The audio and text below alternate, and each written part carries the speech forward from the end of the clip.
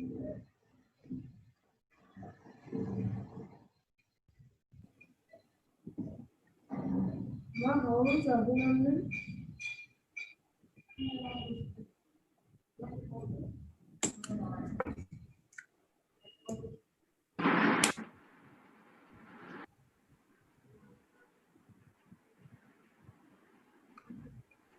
morning, sir. Morning. It's afternoon, actually. Yeah. Sir, you can make host both of us, me and Pujari is fine. Tanmay sir will join later.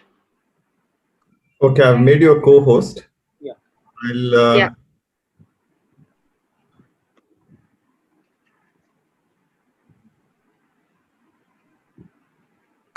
Yeah. I think you can take over the control. So I'll just show you. Let me see how it goes.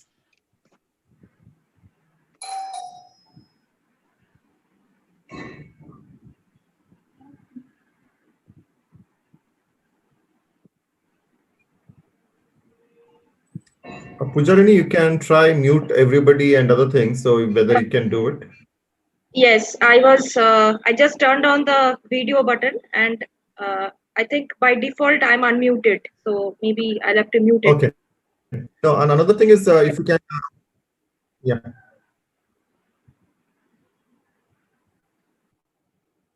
Can you mute all as well?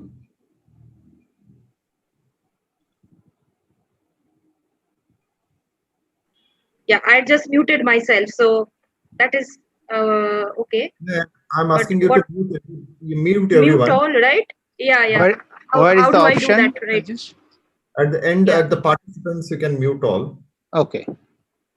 Okay. Manage participants. I think there's the tab.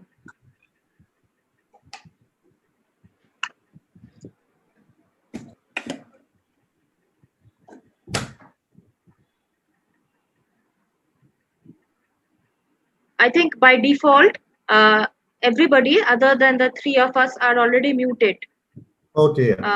Because people have already started joining in. Okay. Okay. One more thing you can do is enable waiting group. No, all participants are not muted. No, I just muted one of the participants. There was a background noise coming from somewhere. So somebody had unmuted it, but I managed to mute her. Yeah. So maybe if you go there, just allow unmute themselves. You remove that option. Anyway, I've removed that option. Yeah, we've done that. So anybody who comes, they doesn't unless they ask you. Yeah. By default, they are all muted and their video is not showing. Yeah. Only thing is for presenters like Jerome, you need to do it when he comes on board. You'll have to unmute him. Yeah, definitely. Can you do the relay to you will be able to one of you can go to the participants and see if you can make any one of your as this one this one co-host.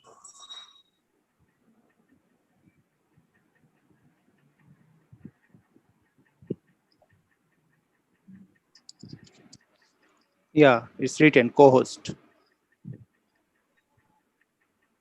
Is anybody? Where have they mentioned that co-host? So the list of the participants. You have to go to the list of the participants and there is mute and more. Yeah, that I found. Yeah. Just click on the more. Yeah. You can make those changes there. Okay. Yeah. For everybody, right?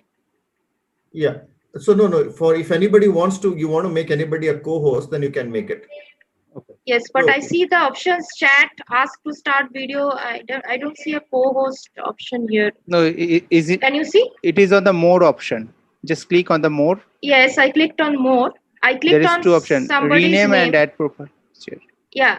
Rename. Yeah, I've renamed. Rename thing I found. 1 minute. What I will do is, Pujanini, I will do you a host of the mute meeting. So then you will have the entire. Yes, right now. Oh, yeah. So You now I'm the host. Yeah. Yeah, you can make all the changes. Okay, let me see. Yeah, now I'm getting the option. So You can only make the some. host has the option of Yeah. selecting a You will have co-host. Yeah. you will have all the options of making it YouTube live and other things. You can ask for the make one or two and then you can send it across. Or you can make Jerome as a co-host, so he can just log in and make the presentation. Yeah. I think that's better. Yeah, all the speakers you make them as co-hosts, and the rest of them let him this one speakers and organizers. Okay, but there can only be one host, right? There can be only one. You can make them as co-hosts. Okay. Jerome Yeah, is the there. rest. Yes, but only the host can select to select somebody as a co-host, right? Not the co-host doesn't have that option. No. Yes. Yeah. So, Dr. Nandi? Yes. Hello, good morning. Yes, I think. Jerome. Hello, good morning, Jerome. Morning, how are you? Yeah, fine. Nice to see you after a long time. Yes, clear. So you can do the test for Yes, your I will just open my presentation. Just try if it's working.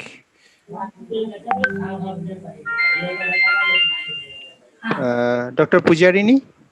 Yes. You can make Professor Wazar as a co-host, so it will be fine. Well, I don't think I need it, I think. But let's test. You don't need to ask every time to join. Whenever you want, you can join, Jerome. Okay. Yes. Yes, I don't need to make that change, I think. Yeah. Right. So Raj, you are seeing my full screen now, or? Yeah. Yeah. Yes, we can see it very clearly, sir. So that seems to work well, huh? And you see also the pointer. Yeah, I can see your You pointer. can also use this one. But is there anything in the top bar between EPFL and LCSO? There is a block. That's I know what it is. That's the thing, the control.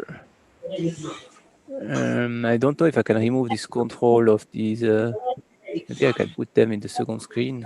Yeah, like that. It should be fine now. Now it was the control button of Zoom, so I just push it on the other screen. And this way, you see only you should see only my screen. Yeah, fine. Huh? Yeah, it's pretty good. Okay. So there is a line in, I think. Can you check in the right side? What you need to do is you go to view option.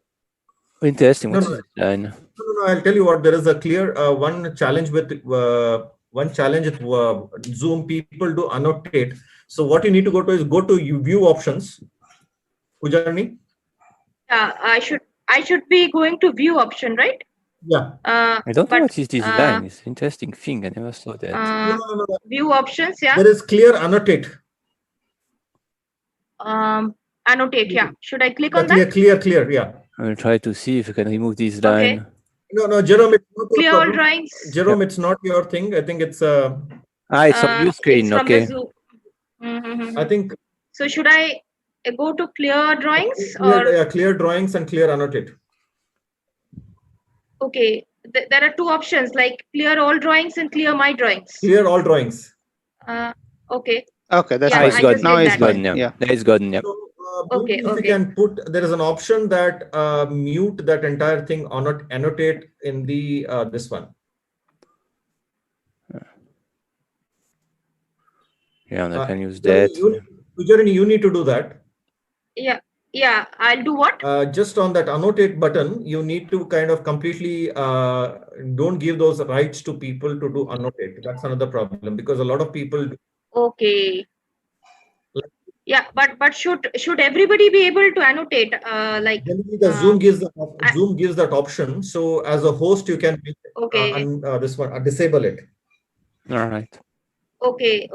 So what do I do to stop others from annotating? Just click on that annotate button. Yeah. And you will get another few options on the right hand side. Click. Yeah. Can you share your? So for me, it's all right. So now I will Yeah. leave you on the. I will connect back when it's starting. It's starting in 10 minutes. Huh? Yeah, it will start within 10 Yeah, minutes. So you we'll can start in 10 join, minutes. and your lecture after 1 hour. It's It's 2 after 1 p.m. hour. Yeah, yeah. Yeah. All right. So then I will join you back in 10 minutes. Okay, then. See you soon. See Yeah, you soon. thank you, sir. Yes, Mr. Rajesh. So I can click on that view option only when the when somebody is presenting, right? No, no, no. You can click every time. I am not seeing the view option now. Speaker view. That is what I should go to. Okay, speaker view. Yeah. Yeah. 1 minute. I think. Because I don't see that view option tab in the middle of the screen now. I was seeing it when Professor Jerome was sharing the slide. Okay, okay. Maybe once he's sharing the screen, I think you need to do clear. I think so. I need to clear that annotate thing, right? Yeah. Like I did just now. Okay, but just tell me. So, what do I need to do in order to say select you back as the host? You just need to go back. Just make me co-host. Okay, You I'll remain make. the host. Yeah. I got that. Just make me co-host. Okay, there are two options: make host and make co-host. So, if I want to make you the host, can I do that? No, no, no. Yeah, you just make me Okay, co-host. I just made you co-host. Yeah. Yeah. I think yes. You're host now. Yeah. That's good enough. So Okay. Mr. Rajesh, just there was some technical error regarding YouTube link. So we already started live with another new link. I am going to send the link in your mail ID. Okay.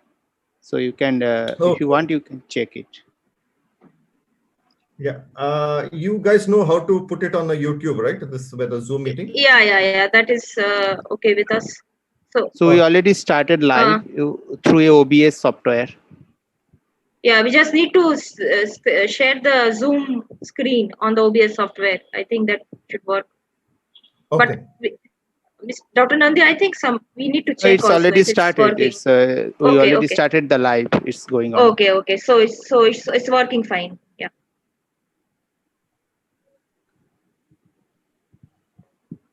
Okay. Let me join back in. I'm just going mute for a couple of minutes. Yeah, I mute it because the moment you don't end the meeting, because then the entire meeting will go. No, definitely. Yeah. I'll just mute do myself the mute and stop the video. Yeah. That should work. Yeah.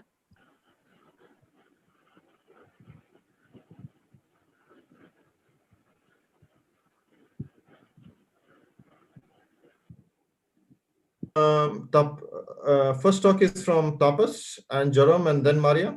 Yeah, exactly. Okay.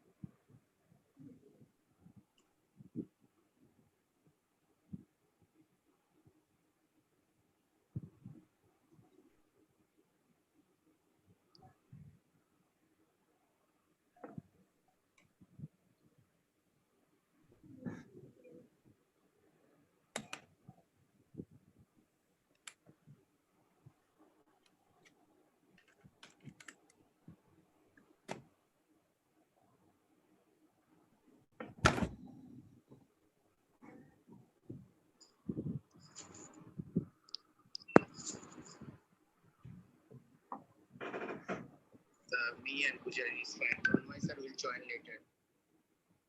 Okay, I'll make you a co-host.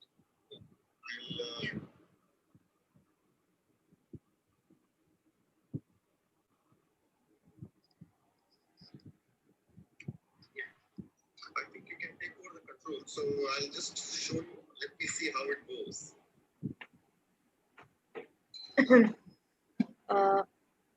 Mr. Rajesh, will you be starting off? I think you guys give a welcome. I don't know. I think because it's your event, I would be happy to Uh, you can try everybody and other things. So you can do Okay. So I think Dr. Nandi, would you start with the address and then maybe I already pass it? requested to Mr. Rajesh to give one small speech, I think. No, I think what we can do is, since we need to introduce Mr. Rajesh, so you can just start off as the convener maybe. Okay, sure. Yeah, then introduce Mr. Rajesh so that he can address the audience. Sure. Then we get back to whatever we have to do. Yeah. Okay, no problem.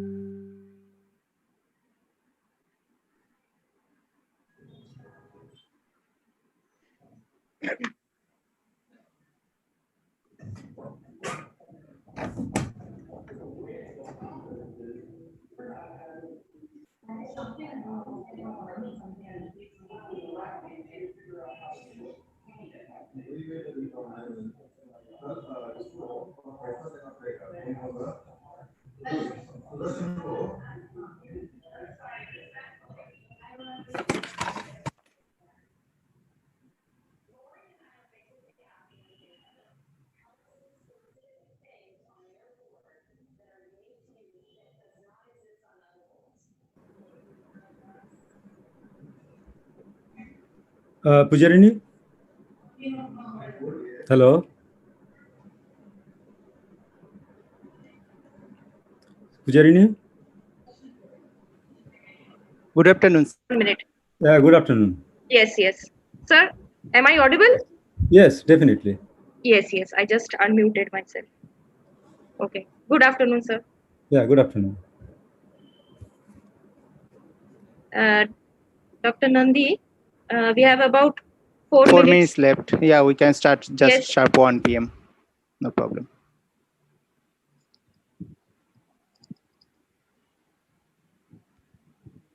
Sir, you can test the slide if you want. Share the screen and test the slide if it's running, if you want. We still have the time. Okay. So,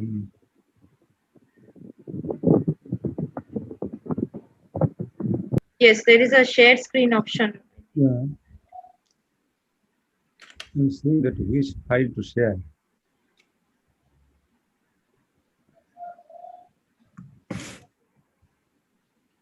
Can you see this file? Yes, absolutely. Huh? It's Yes. available. Yes, Dr. Nandi, is it clear from your end? Yeah, it's pretty good visible. Yes, it's pretty fine. Okay. Yes. All right. So for the moment, then I think just I can leave it here like this, and so you can you can stop sharing for now. Stop sharing the screen for now. Yeah, I think there is an option at the bottom. Yes, I already have done that. Yes, absolutely fine. So when I start sharing again, then I think automatically it will come, right? That one, yes. Okay. Yeah. Okay.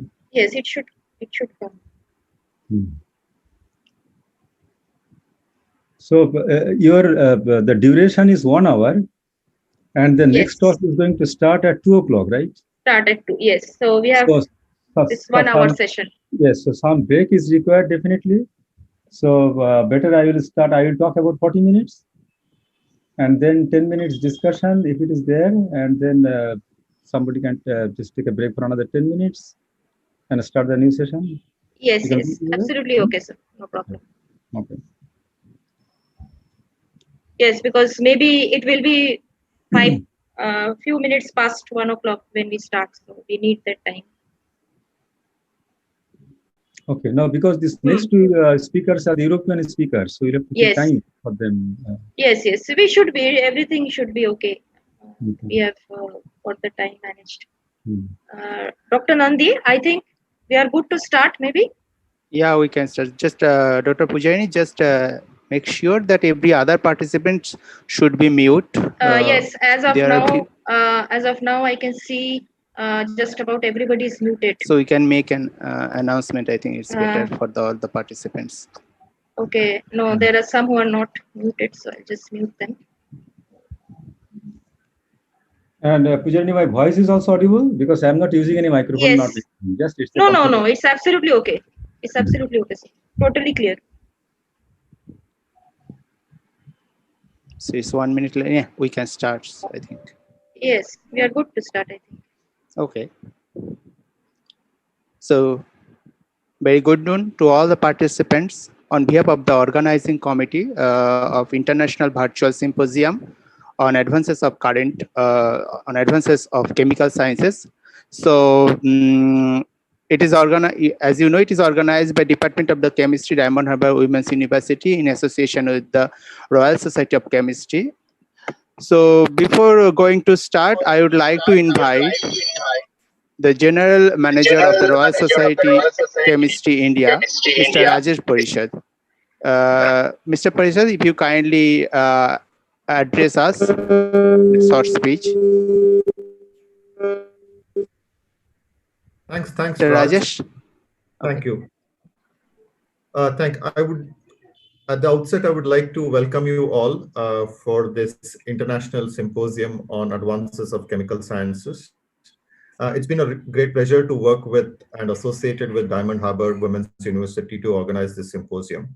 And I must really commend Raj and Tanmay as well as Pujarini to put in this international symposium in such a scale.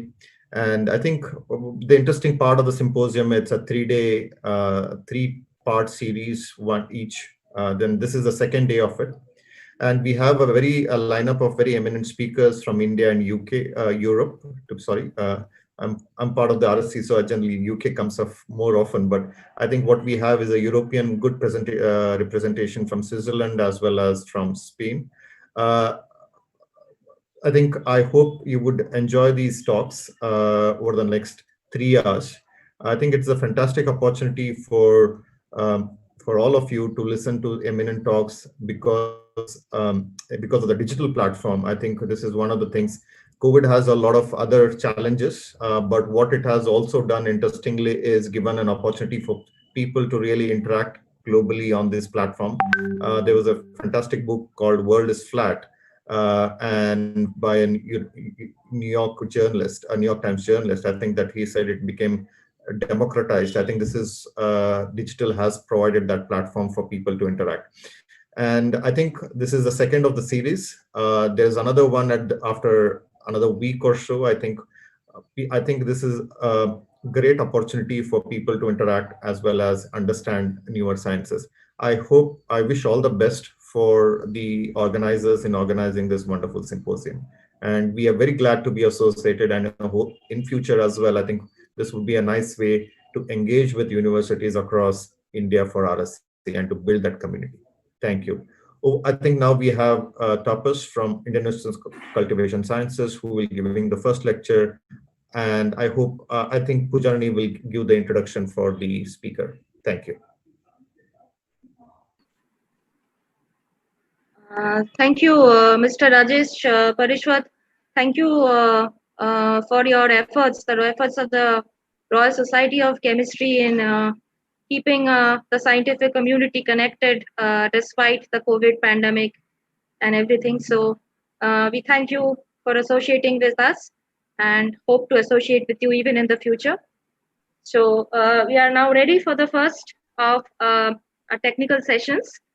Our first speaker is Professor Tapas Chakraborty from the Indian Association for the Cultivation of Science. Professor Tapas Chakraborty is currently also the Dean of Academic Affairs at IACS Kolkata, and he's one of the most distinguished spectroscopists in the country. So I'll very briefly be introducing him to you. Professor Tapas Chakraborty graduated from Calcutta University in the year 85, and then went on to complete his master's at the Calcutta University. He then completed his PhD in laser spectroscopy from the Indian Association for Cultivation of Science under Professor Mihir Chaudhary.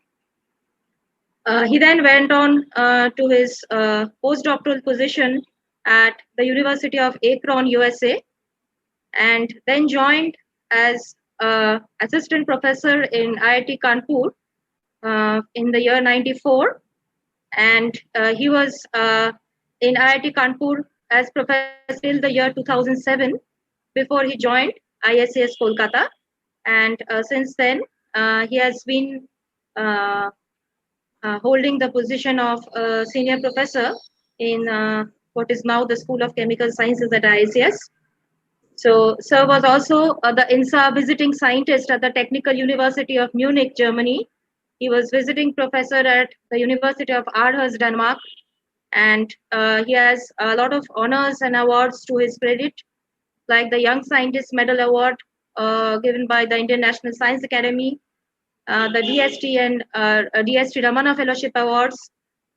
He's fellow of the Indian Chemical Society and JC Bose, recipient of the JC Bose Memorial Lecture Award. He's also a fellow of the Indian Academy of Sciences. And very briefly into his research interests, so they involve LIF spectroscopy and excited state dynamics of cold molecules and clusters in a supersonic jet expansion, laser-induced proton or hydrogen transfer reactions in cold molecular clusters, and probing by photoionization time of flight mass spectrometry, ion mobility mass spectrometry for structure and photochemistry of important biomolecules and complexes in liquids and gas phase. I think this is going to be the topic of the day. Atmospheric photochemistry and atmospheric simulation for anthropogenic and biogenic VOCs, and matrix isolation infrared spectroscopy of molecular complexes under cryogenic conditions. And he nearly has 120 publications to his credit, and he's a very experienced teacher at both the UG and the PG levels. So I just want to end this on a personal note.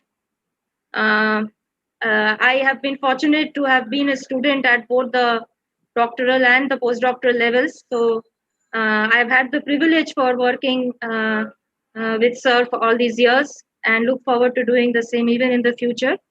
Thank you, Sir, for joining us, and it's a privilege for me to be able to introduce here in this webinar. It's over to you now, Sir. Thank you.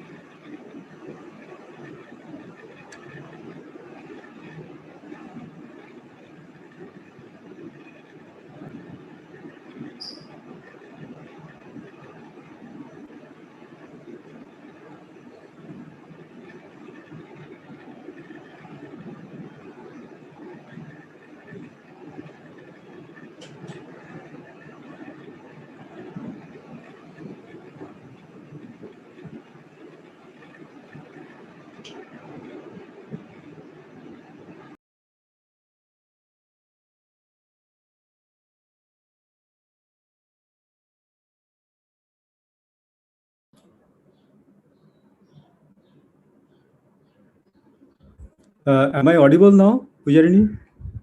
Hello? Hello? Sir, you're totally audible and visible. Okay. Okay. Yes. Okay. All right.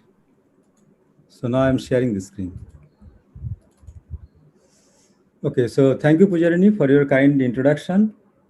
And I also thank these organizers to give me this opportunity to share some of our recent research with your students and colleagues and the other participants of this webinar.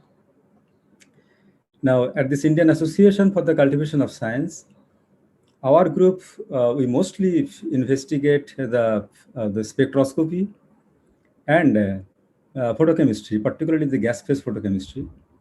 So the mass spectrometry, particularly this ion mobility spectrometry, and it's a variant of the mass spectrometry.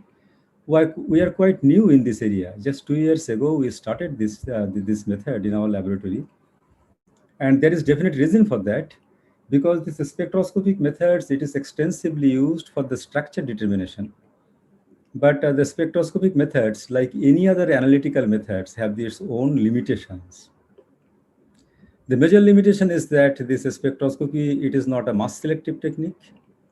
So if you take your sample in the container and perform a spectroscopic measurement, unless the sample is highly pure, then what you get the spectrum for every species that is present in your system. But on the other hand, if somehow you can combine the spectroscopy with the mass spectrometry, then in one hand you can get the mass selection, and at the same time you can also do the spectroscopic measurement. Now this mobility, it is actually, we are trying to see these things as a complementary technique of spectroscopy, because spectroscopy is basically, it's a light and molecule interaction. But from this ion mobility measurement, we can get similar information that is about the molecular structure, and the working principle is also somewhat similar to that of the spectroscopy, but it is not a spectroscopic technique. So I would say that it is basically a variant of mass spectrometry, and it is gaining popularity. Particularly, it can give information about the structure of the molecule. So most of the times, the mass spectrometry in our synthetic chemistry laboratory is used for the identification of the molecule. In terms of this mass, it does not give much structural information other than this connectivity. But this ion mobility is a method that where you can get detailed mass spectrometry, this structural information. So some of our recent investigations that we have performed and the information that we have gained or acquired, that I'm going to share with you. Now, how it works. Okay, so it works with the, it's like this. So since many of your students are present here, so I have prepared slides so that I can give them some background with which they are already familiar with. So all students at the undergraduate and this master's level, they know what the ionic mobility is. That is, if you have an electrolyte solution and keep that electrolyte solution in an electric field, then what can happen is that these ions can move under the influence of this electric field. So if suppose a particular ion that I have chosen here, it's a positive ion. So if the anode is in this direction and cathode is in this direction and anode is kept at this position, then under this influence of this electric field, the positive ion will move from this right to left direction according to the interaction between the field and this ion. But when this ion moves, definitely it cannot move freely. There are counter ions are present, and the solvent molecules are there. So basically the ion moves against a frictional force. Now the chemistry students from their physical chemistry course, they know what this ionic mobility is. So ionic mobility is basically defined as the velocity of this ion divided by this electric field. So by definition, it means that for unit electric field, what is the velocity of this ion? Again, the velocity of this ion under the influence of this electric field, it depends on this magnitude of this electric field and the direction and the charge, and also another quantity, what is called this coefficient of friction. So coefficient of friction, it takes care about the viscosity and these other resistances that they offers. Now this method, this ionic mobility measurement, it gives information not only about the charge of this ion, but it can give also information about this conformation, that is the shape of this ion, and the nature of this medium. And this method, of course, it is extensively used as an electrophoretic method, or as an electrophoresis, what is called, for the to get some information about the structure of the large biological molecules in the solution. Now, the method that I'm going to talk about here, it is somewhat similar to this, except that these ions are taken in the vacuum and under this low pressure, and no other medium molecules, those are present here. So the method is the following. So this ion mobility measurement, or mobility that we would like to measure, is the following: that in a very high vacuum compartment, you take the ions that you want to investigate. The objective is to get the information about the structure of these ions. Most of the cases, these ions are the large molecular ions, and these ions are allowed to drift in the electric field according to the direction of this electric field. So it means that if this is this anode and if this is cathode, and this is positively charged molecular ion, and if this chamber is filled up with a very low pressure inert gases like helium gas, argon gas, or even this nitrogen gas, and allow these molecules to travel from this anode to cathode, then what will happen? This ion will move, or rather it will drift. But as it drifts, it encounters with the bath gas atoms of these molecules. That is, it can encounter with this helium atom, it can encounter with argon atoms or nitrogen atom, with which you have filled up with this tube. And when these molecules move under this nearly free environment, then it is not only that it undergoes some kind of this translational motion along this direction, but at the same time, it undergoes the rotational motion. So the kind of rotational motion usually the molecules have in the gas phase. When you take them in the gas phase, the rotation can occur about this all possible axes. Now, whatever be the shape of the molecule, if you rotate the molecule about all possible axes, effectively it will appear as a sphere. I repeat this part once again, that whatever be the shape of the molecule, if you allow the molecule to rotate about all three axes, on average, this molecule appear as a spherical molecule. So it means that this spherical molecule is undergoing a drift under the influence of this electric field, and at the same time, it is encountering with the bath gas atom. So under this condition also, we can ask a particular parameter that what is this ionic mobility of this molecular ion. Now, this particular area of the field, this theoretical development was made by many years ago, many decades ago, I would suggest, that particularly when the discharge of the various gaseous molecules were quite popular in the physics community.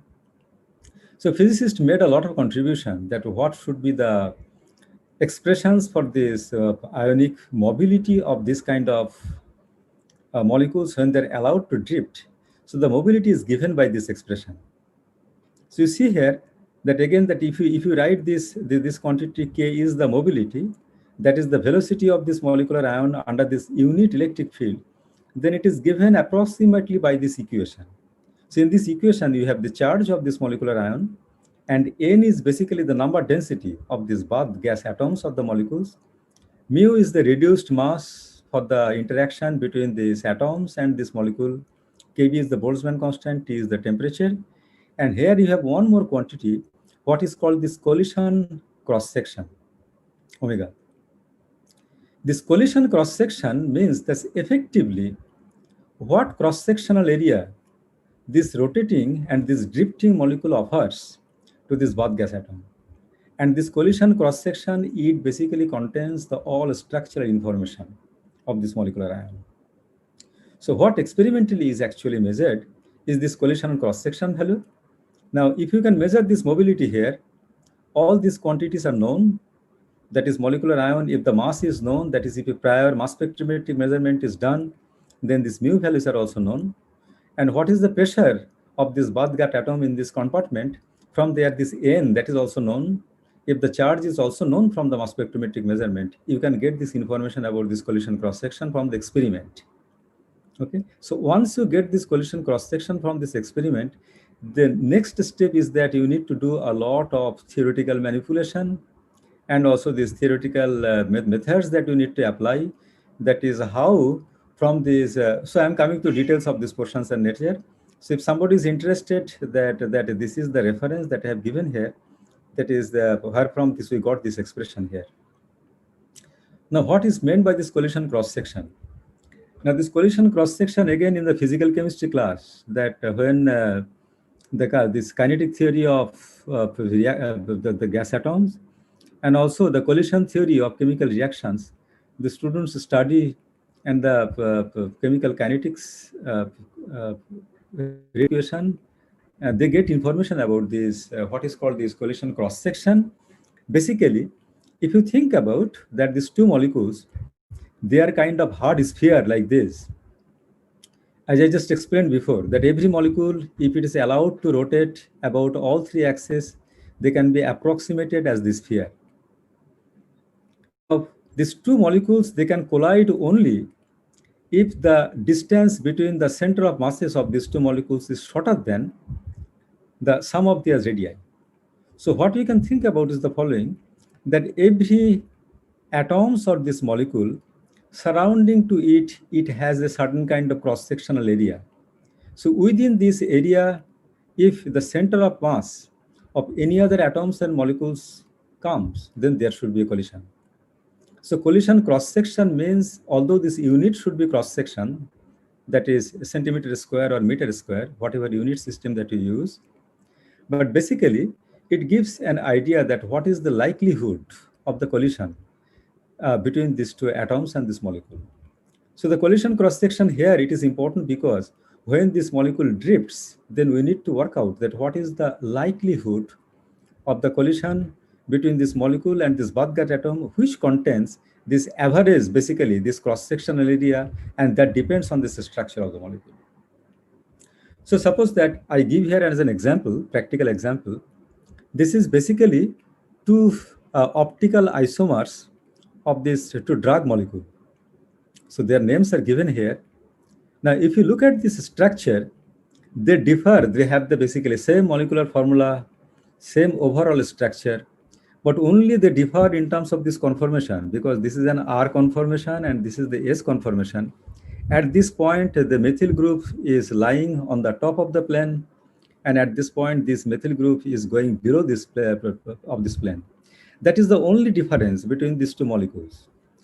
And if you do the similar kind of this experiment, then it has been observed that these measured values of this cross-section for this S conformation is about 189.4 angstrom square. And if it is R conformation, then 194.4 angstrom square. So it means that this minute difference in structures can also be experimentally measured. So that's actually a great benefit of this ion mobility measurement. And from this measurement, then what you need to do, you need to go to this backward, that is in the back direction. That is from this obtained, experimentally obtained cross-sectional value, how you can work out to this structure of this molecule. So although it is not a very straightforward method, it's a quite complex method, but it works well when all other methods fails. Because in the chemistry, we know that the most reliable method for the determination of this structure is the crystallographic method. But when you take a molecule under this functional condition, that is either in the liquid phase or in the gas phase, that is under this fluidic medium, no straightforward structure determination methods are available. Definitely, nuclear magnetic resonance used, but you also know that this nuclear magnetic resonance also has its own limitations, particularly if it is a fractional molecule. And at the same time that for NMR, usually you need higher concentration. And when you take this higher concentration, then depending upon the nature of the groups, there could be dimerization and this agglomer formation. So that all these things complicates the analysis. Now, the advantage of this method is that since it works only in the mass spectrometric platform, even at this pico and this femtomole concentration, this method works. So it means if you have a very small amount of the sample molecule under extremely low concentration, you can get them structural information. But at the same time that you need to pay a lot of price, because this analysis is quite difficult analysis. Okay. Now, as I just told you, that this from experiment, what you get is this collision cross-section value. The next is that if you know that what is the approximate structure of the molecule from electronic structure calculation, then taking into account of this nature of all possible these intermolecular interactions, what one can get through this complex mathematics, that what should be the theoretical value of this collision cross-section. So basically what we do is the following, that taking into account of this various kind of this intermolecular interaction, theoretically, we work out that what should be the theoretical value of this collisional cross-section. And experimentally, you also get what is this experimental value of this cross-section. Then what you do, that this theoretically, you try to make all sorts of this modification, and also take into account of this various kind of intermolecular interaction, so that a satisfactory agreement between this theory and experiment is obtained, and eventually you come up to this uh, structure about this molecule. Now, uh, uh, so this is basically I've shown here within this cartoon diagram, that when this molecule, this kind of complex molecule moves under this electric field, then depending upon this nature of the intermolecular interaction you take into account, there should be a hard sphere type of collision, or even in the long range, the molecule could interact with these bath gas atoms and these molecules. Okay, so all these factors actually you need to take into account to get a satisfactory uh, collisional cross-section values. Now, how one can get or distinguish this your conformational isomer using this technique that I have shown here? Again, it's a basically cartoon movie picture. So this is basically the experimental arrangement. So what you have here, it's a high vacuum tube filled up with low pressure gas atoms, and these are basically different ring electrodes to generate here this uniform electric field. Okay, and then what you do, so in this collision chamber, the atoms actually, they are under this thermal influence, they are undergoing this kind of dancing motion. And then what you do, that you take, suppose this here, these two molecules, some kind of charge, one positive charge or negative charge, depending upon those experimental arrangement, you can put on them so that they become ionized. So ionization not necessarily mean that you will have to take out an electron from it. You can ionize them just by putting an extra negative charge or extra positive charge. And then what is this black curve, this line shows here, it's a basically electrostatic voltage gate. So once you open this voltage gate, immediately these molecules, which have the same mass but they differ in conformation, they'll start drifting through this tube. And they will be separated in the temporal space depending upon their conformation. So now look at here, this movie picture. I am just opening the gate here, this electrostatic gate, and immediately this molecule starts flying through it. So what is happening, that the complex molecule, the molecule that has the compact structure, that has drifted a certain distance at a shorter time, and the molecule which has extended structure, it encounters more collision with these bath gas atoms. So its arrival time is the less. So experimentally, what you need to measure is actually this arrival time. Once you open this electrostatic gate, what is the time that it is arriving here? So you have a detector here. So you measure this arrival time. So once you have this arrival time is known to you, then you can just work out what should be the mobility of these things, because this arrival time, it depends on how much electric field that you have applied here, and how much is this collisions that bath gas atoms and molecules impart on these molecules. So eventually what you measure is this mobility value. Okay. So once you have this mobility value, and from this, the expression that I showed you earlier, you can get information what should be the collision cross section. So that is actually our experimentally measurable quantity. So what I will show here is actually an example, specific example, that is where these isomers are produced by a simple chemical process. This simple chemical process is actually the hydrogen atom movement.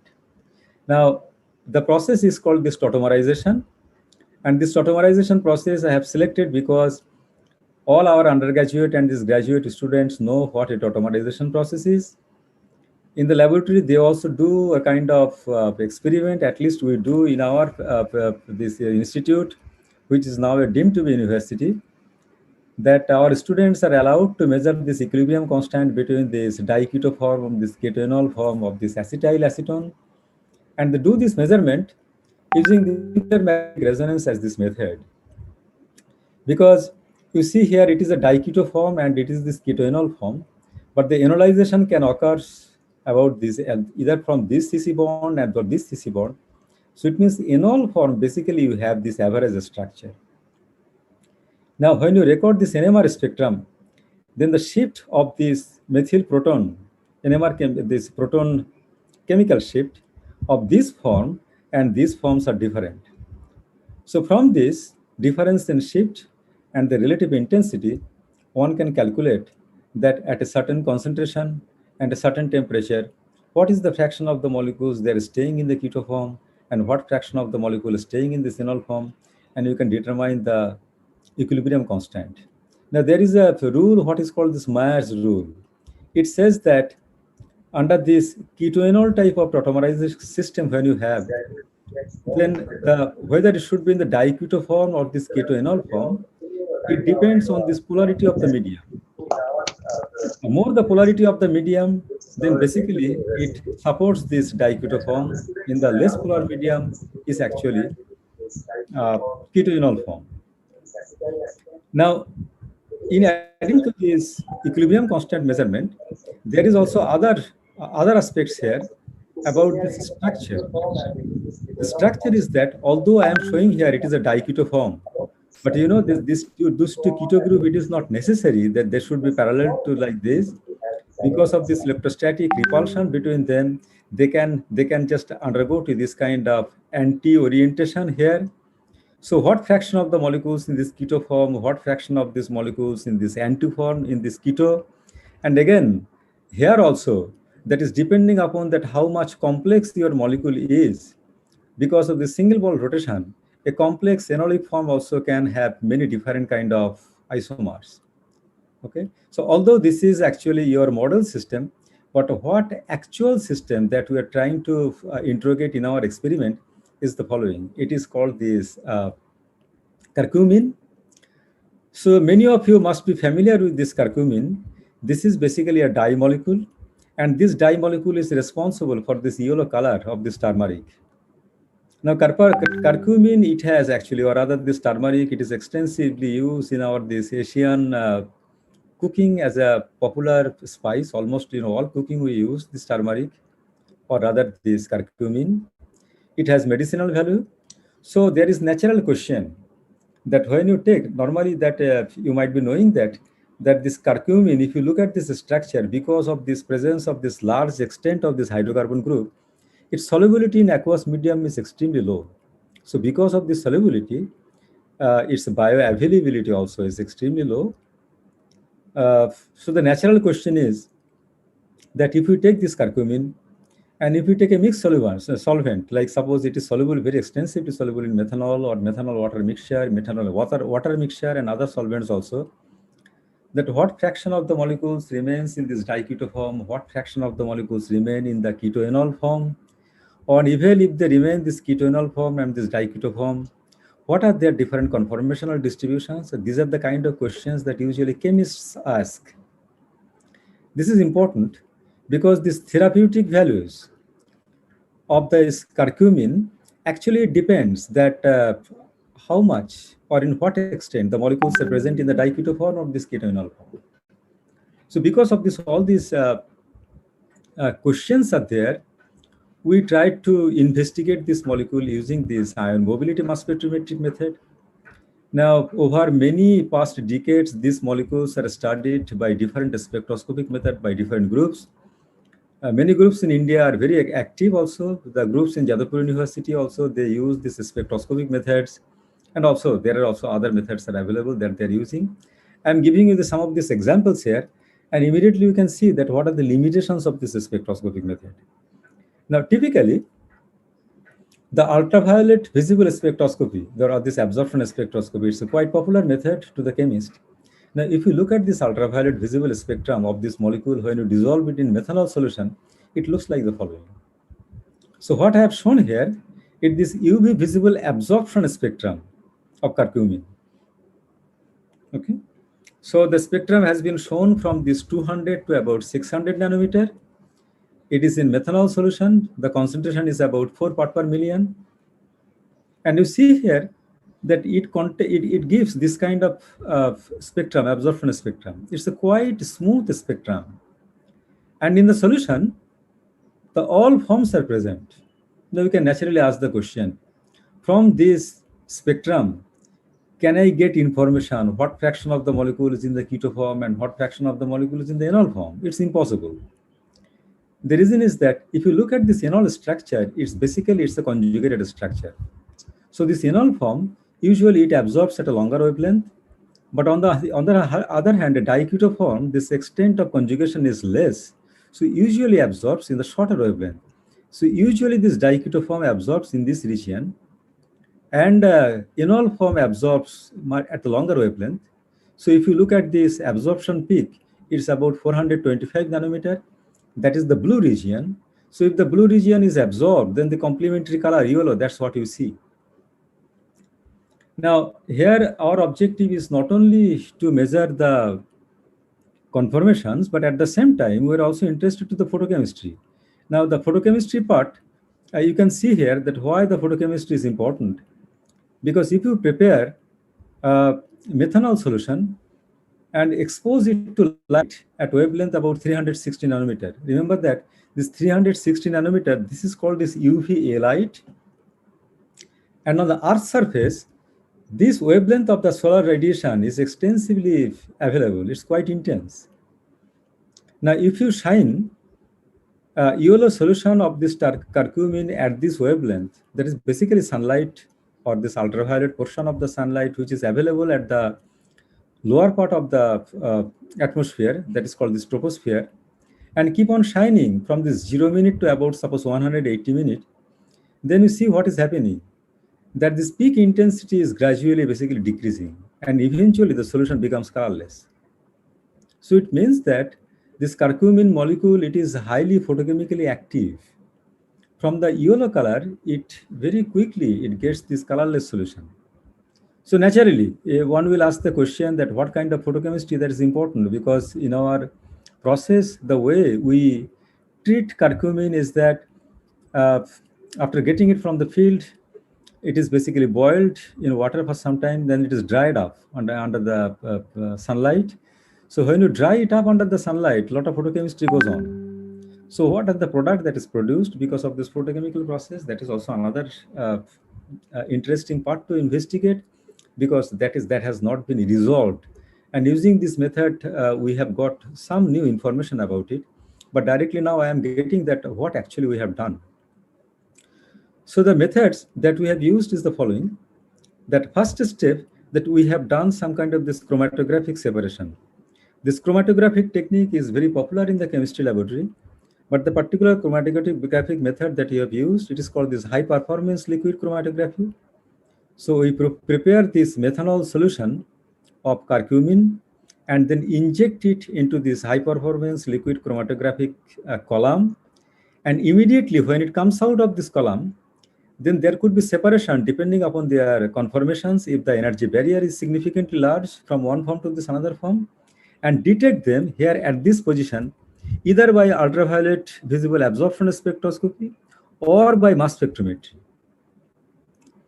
to see that what is the nature of the absorption spectrum at all if they can be separated.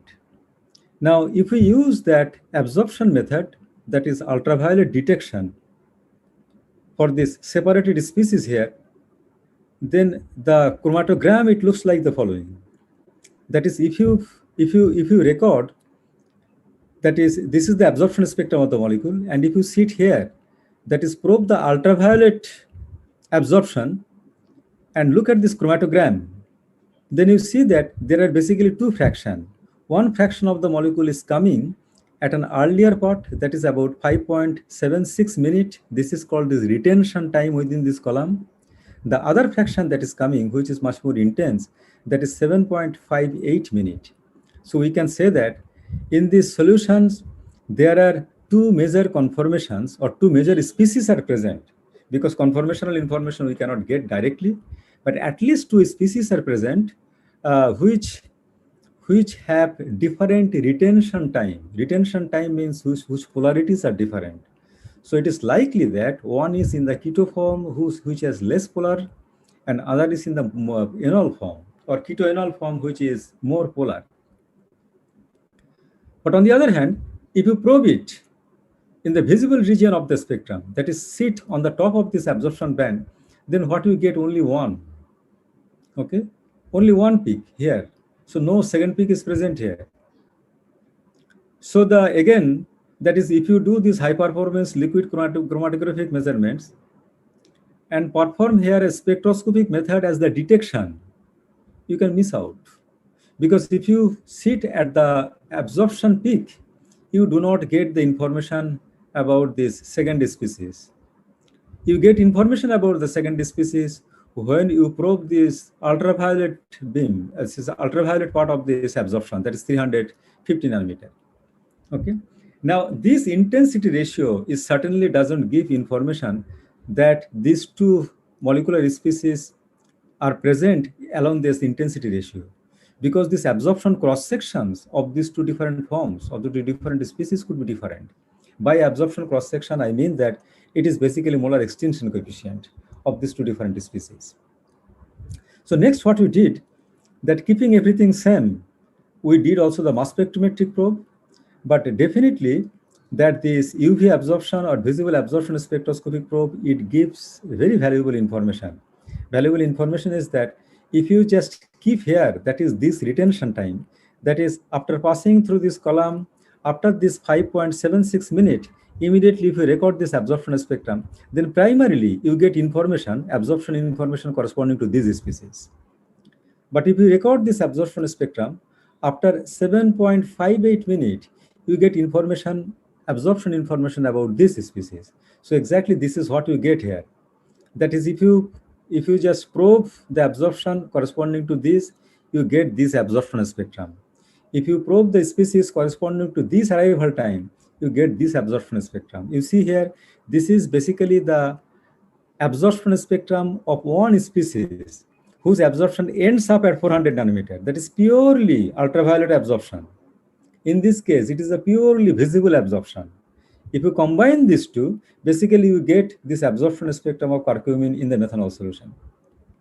Okay, but we will have to prove that these two fractions are indeed because of these two isomers.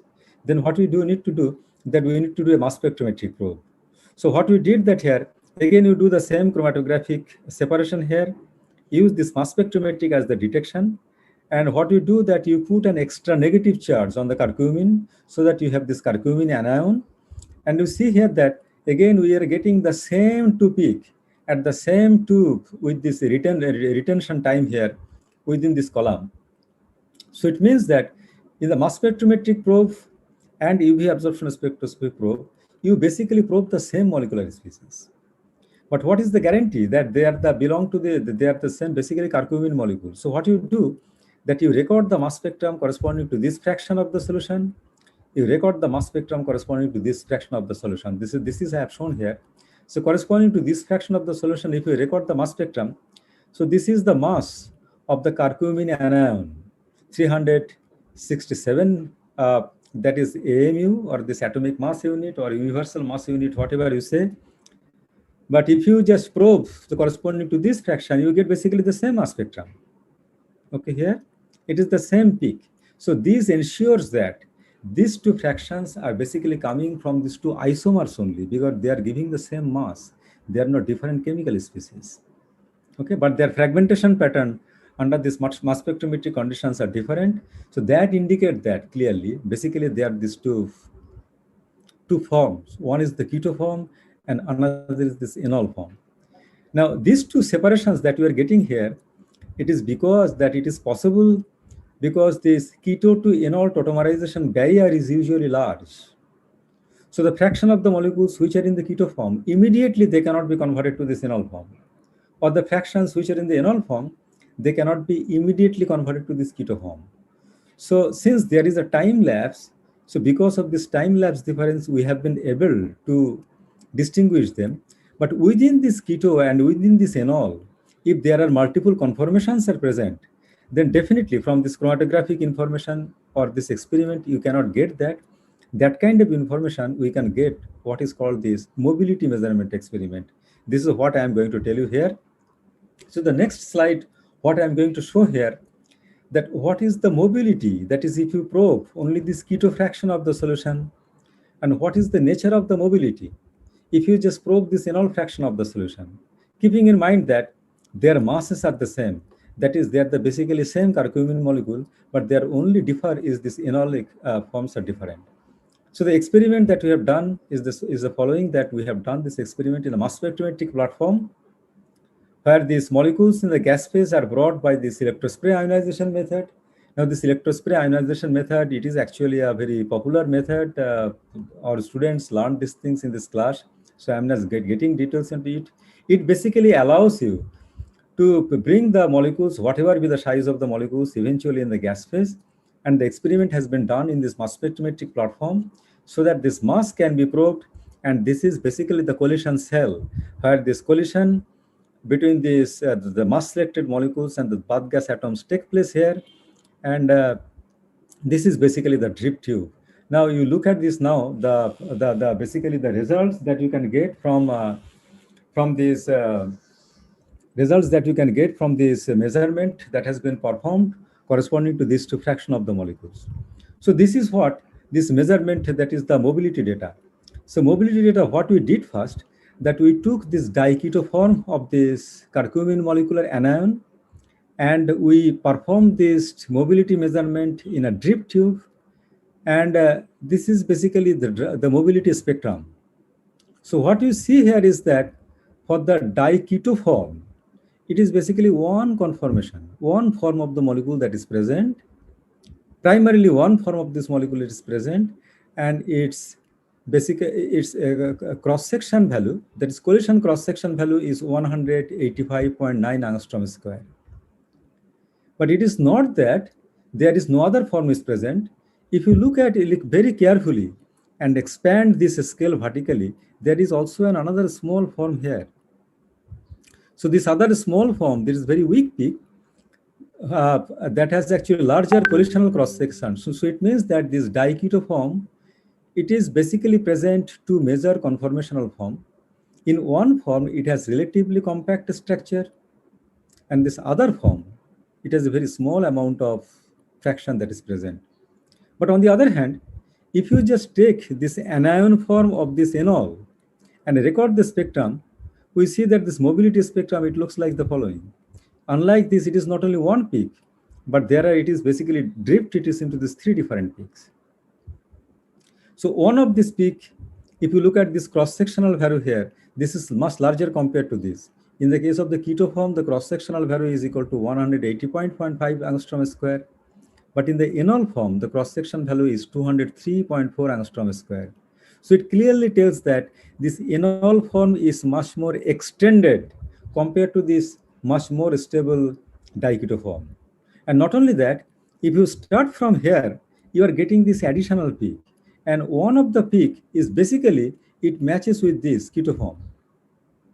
Okay, so it means that if I just make a summary, the summarization, the spectrum is the following. That is, if you do this ion mobility experiment with the keto form, primarily you get this one keto form, very small fraction is here. But if you do this experiment with this enol fraction, the major fraction is definitely enol form. But at the same time, you also get that this mobility spectrum that contains this other peak, one of them that the matches with this keto form. So it very clearly tells that is when you do this mobility measurement with this from this enol, although enol is apparently much more stable, but there is actually conversion from this enol to keto form. So it means that in the gas phase, this gives an additional reaction open window that is opened, that is enol to keto conversion. So one also this investigate this keto enol conversion. So next step, that what we need to do, just I'm just moving some part. That is, this kind of structures you need to generate from this electronic structure calculation. And from this electronic structure calculation, you need to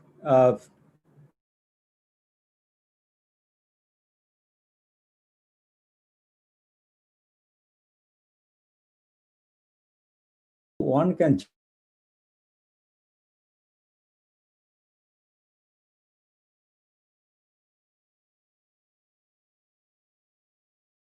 about, so that you can basically get corresponding to this structure a basically effective sphere and is cross-section value. Similarly, for this structure also,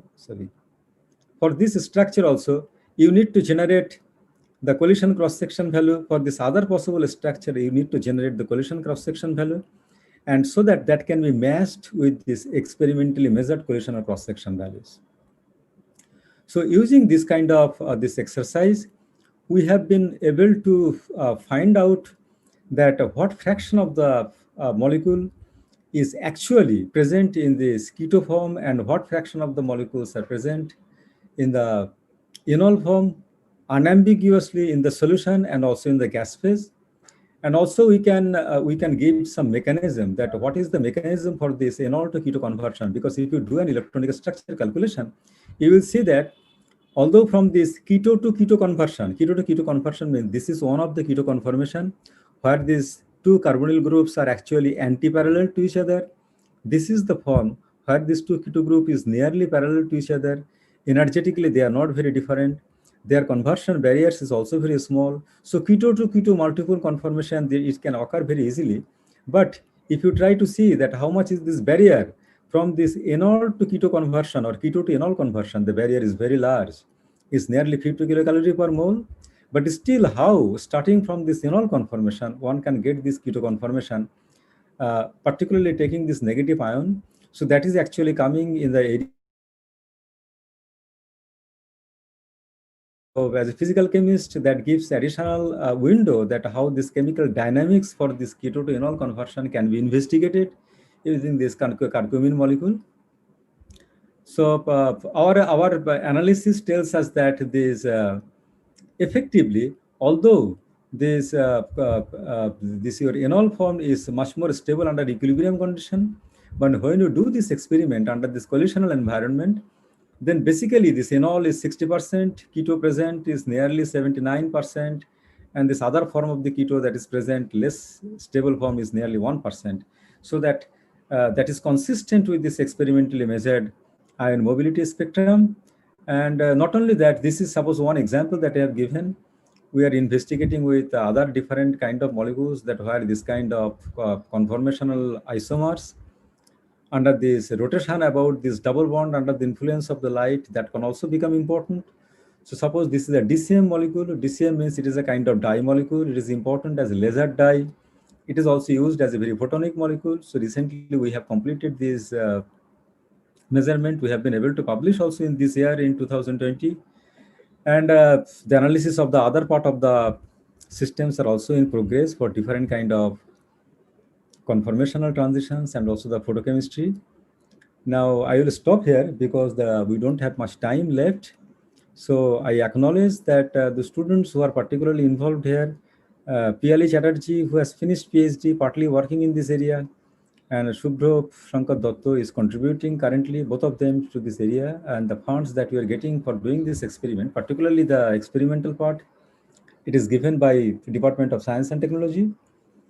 And thank you very much for listening. So with this, I stop here, and I thank once again the organizing committee to give us this opportunity to share with you the part of the research that we are doing in our laboratory. Thank you.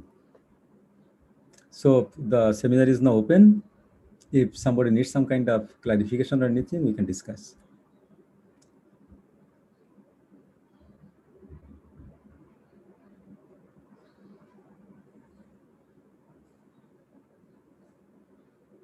Hello?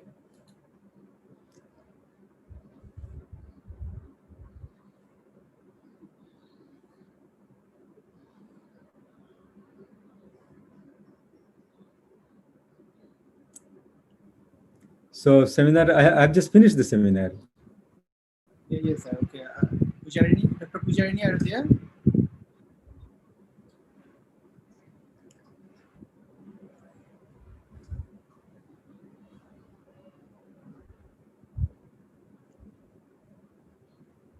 Okay, sir. Pujarini, can you just unmute because you are just muted? Yeah. Unmute your mic. You'll have to unmute your mic. I can see that.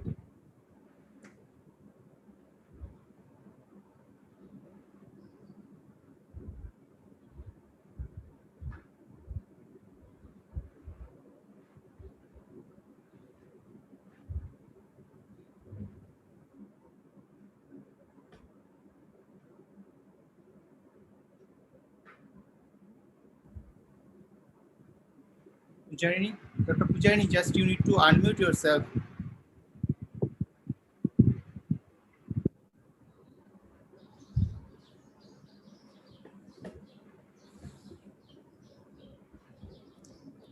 Yeah, Am I so audible, sir?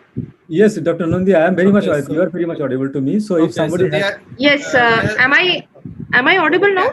You're now Yes, you're not. audible. You're not. actually, I was not able to unmute because of some technical issues. I don't know. Okay. Okay, sir, one question. Um, so if we start with an unknown solution, for example, and then we obtain, say, two and mobility values. So these are very large molecules. So how do you work backwards towards the structure? Do you have to use databases or some kind of thing?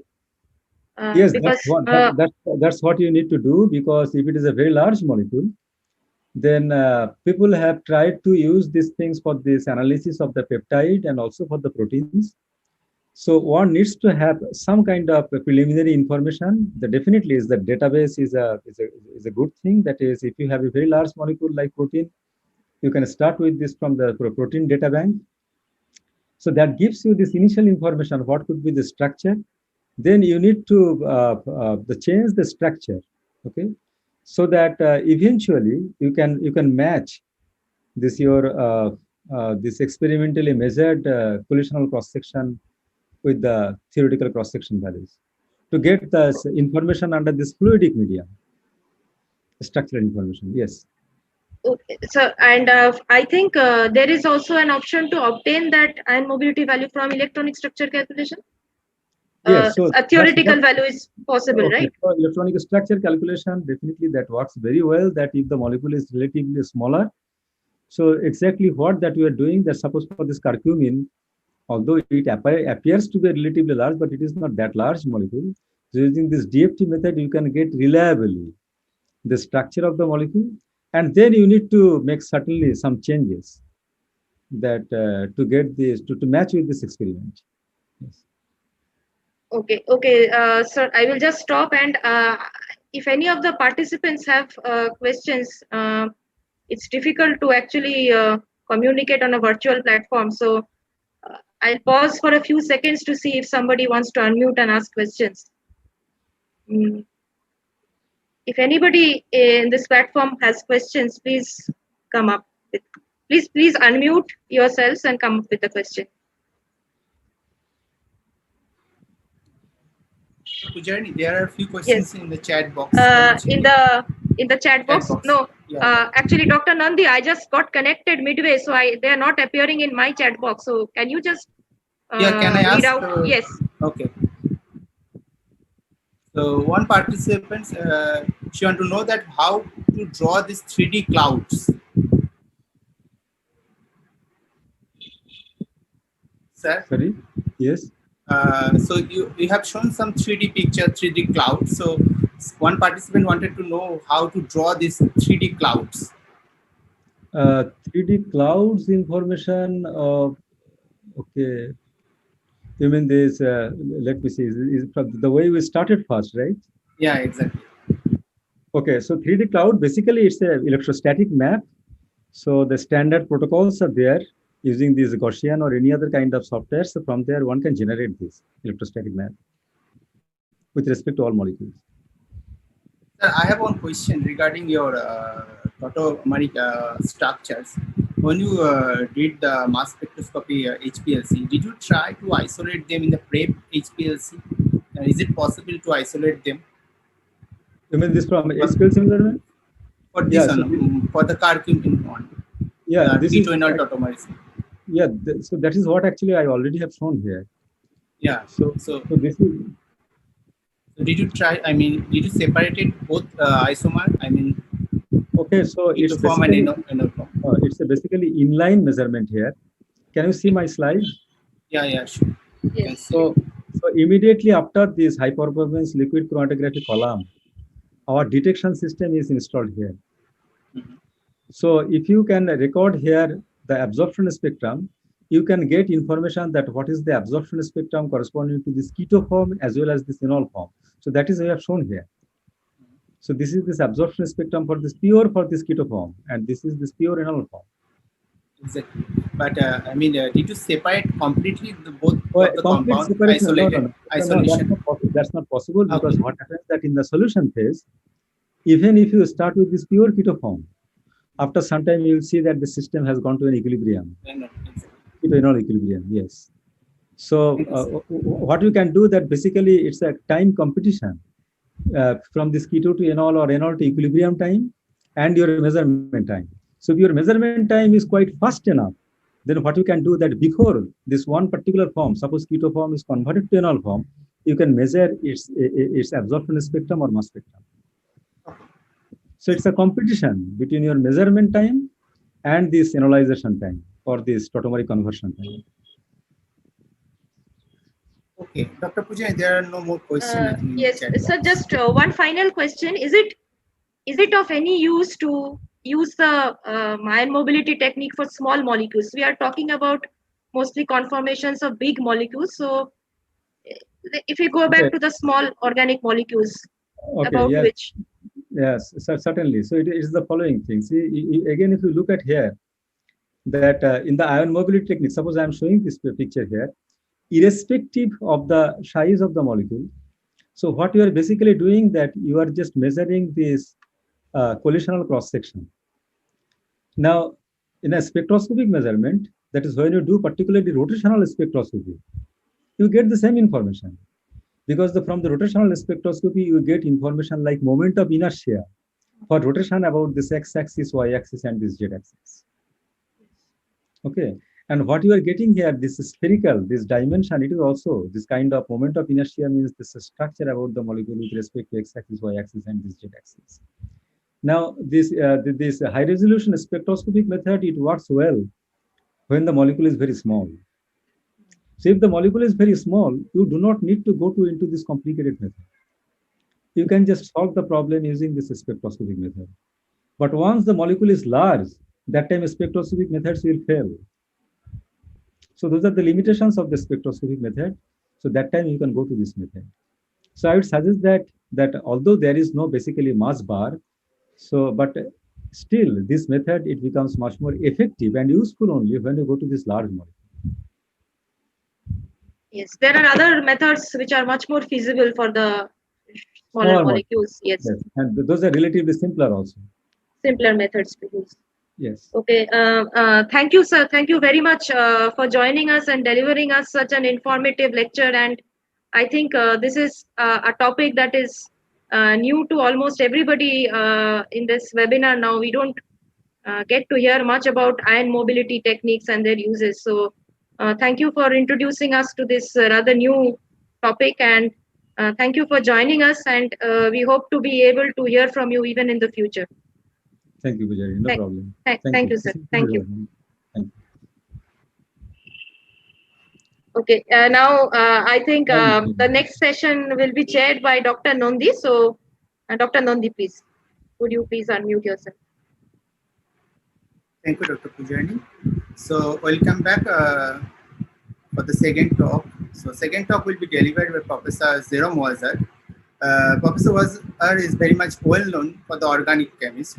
Professor Wazar born in the Valais, Switzerland. He studied the chemistry at ETH Zurich, where he obtained his PhD degree in 2006 with Professor Eric M. Carrera. In 2006, he joined with the group of the Professor B. M. Trost at Stanford University as a SNA postdoctoral fellow.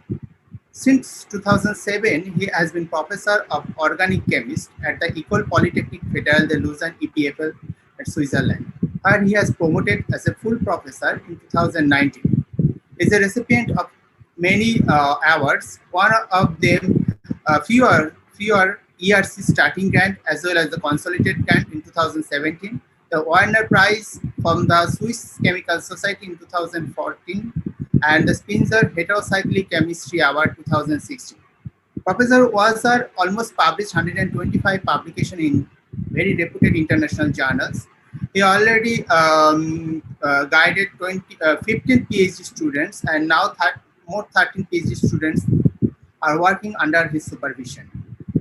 He delivered almost more than 125 lectures in different international conference in university as well as industry. With this brief introduction, I would like to Professor Wazir to deliver his talk. Professor Wazir.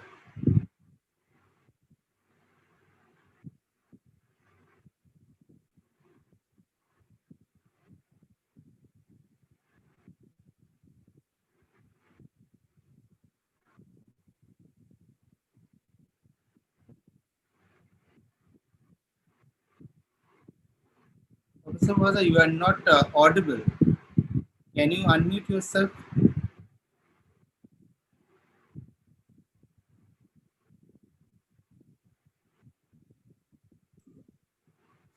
Okay, so now I should be audible. Yeah, you are audible. Yeah. Thank you, Dr. Nandi, for the kind introduction. I hope you can see now my screen. Yeah, yes. Perfect. Let me perhaps change to the laser pointer. All right. So now I would like to switch a little bit the field. So we have seen very nicely in the Professor Chakraborty talk how we can analyze molecules. And in my lab, we have a different focus because we are trying to make molecules. So we are synthetic organic chemists. And my lab is especially working on cyclic hypervalent iodine reagents. So I will explain to you exactly what are these reagents in a few minutes. So what I would like to speak today is about an introduction, just to tell you what we are doing in my lab, what are hypervalent iodine reagents and why they are useful. And then I've chosen to speak about two ongoing projects in my lab that are where we have recent results. The first would be the interface between this BX, this benzodoxol reagent and diazo compound, on 3 different transformations we have developed recently. And the second one would be the way to make the umpolung of indoles and enamines to develop new chemistry in heterocyclic chemistry. And this part was also part of the postdoc of Dr. Nandi in my lab. And I will finish with a conclusion on a few information about my lab on the PFL. So what is the goal in your lab? In our lab, we try to challenge what we learn in the textbook, because if you have a bachelor organic chemistry course, you will learn what is the normal way of functional group to react at normal polarity, that people like E.G. Corey have developed this logic of synthesis. And you learn, for example, that an alkyne is usually a negatively charged intermediate. But in my lab, we want to change that, and we try to make what is called the umpolung. So the word umpolung is a German word that is still used in the English vocabulary. It was developed by Dieter Seebach, a German researcher, chemist, and it means changing the polarity if you translate it literally. So we try to change the polarity of organic group, like the alkyne, we make an alkyne plus, the cyanide, we make a cyanide plus, the azide and azide plus, indole plus, and so on. And you can wonder why this is interesting. This is interesting because you can change the way you make molecule, and often the way you can make molecule decide which molecule you get. So if you can have other way to make molecules, you can get other molecules, you can get more potent drugs, and so on. So it's very important to develop this new way to make organic molecules. So this is the topic I will focus on today for time limitation reason, but we also have other interests in my group. So one is dealing with small rings. Small rings are very interesting compound in organic synthesis. They have energies, so we can open up this ring and build up larger molecules. So we use them, for example, for the synthesis of bioactive alkaloids. And the last part in my group, that's a new project that started recently, is using tethering, smart tethering. So you bind small organic molecules with tethers to control their reactivity. But today, I will focus on the cyclic hypervalent iodine reagent. I will speak a little bit first about the alkyne, and then a little bit more on the indoles on the vinyl reagent. So let me start a little bit with the history, how we decided to start this research project and how we discovered this reagent. It's very important to understand how we started. And the start was a targeted goal because I wanted to make alkynes as a functional group that is very useful in synthetic chemistry. So why do we want to make alkynes? Because you can use them basically everywhere. So my own PhD advisor, Eric Carrera, used the alkyne to build up complex molecules by adding them to carbonyl groups. There is a lot of people working on catalysis that use the reactivity of alkyne to make hetero and carbo cycles. And there is now the alkyne that are used in other fields, for example, organic materials. Alkynes are very important. And in biochemistry, the cyclo addition of alkyne with azide that many people can just click is now used everywhere to make hybrids between materials and biomolecules, fluorophore and biomolecules. So the alkynes are used everywhere. And as we are a tool builder in my group, we try to make useful tools. We think it would be interesting to develop new alkyne chemistry.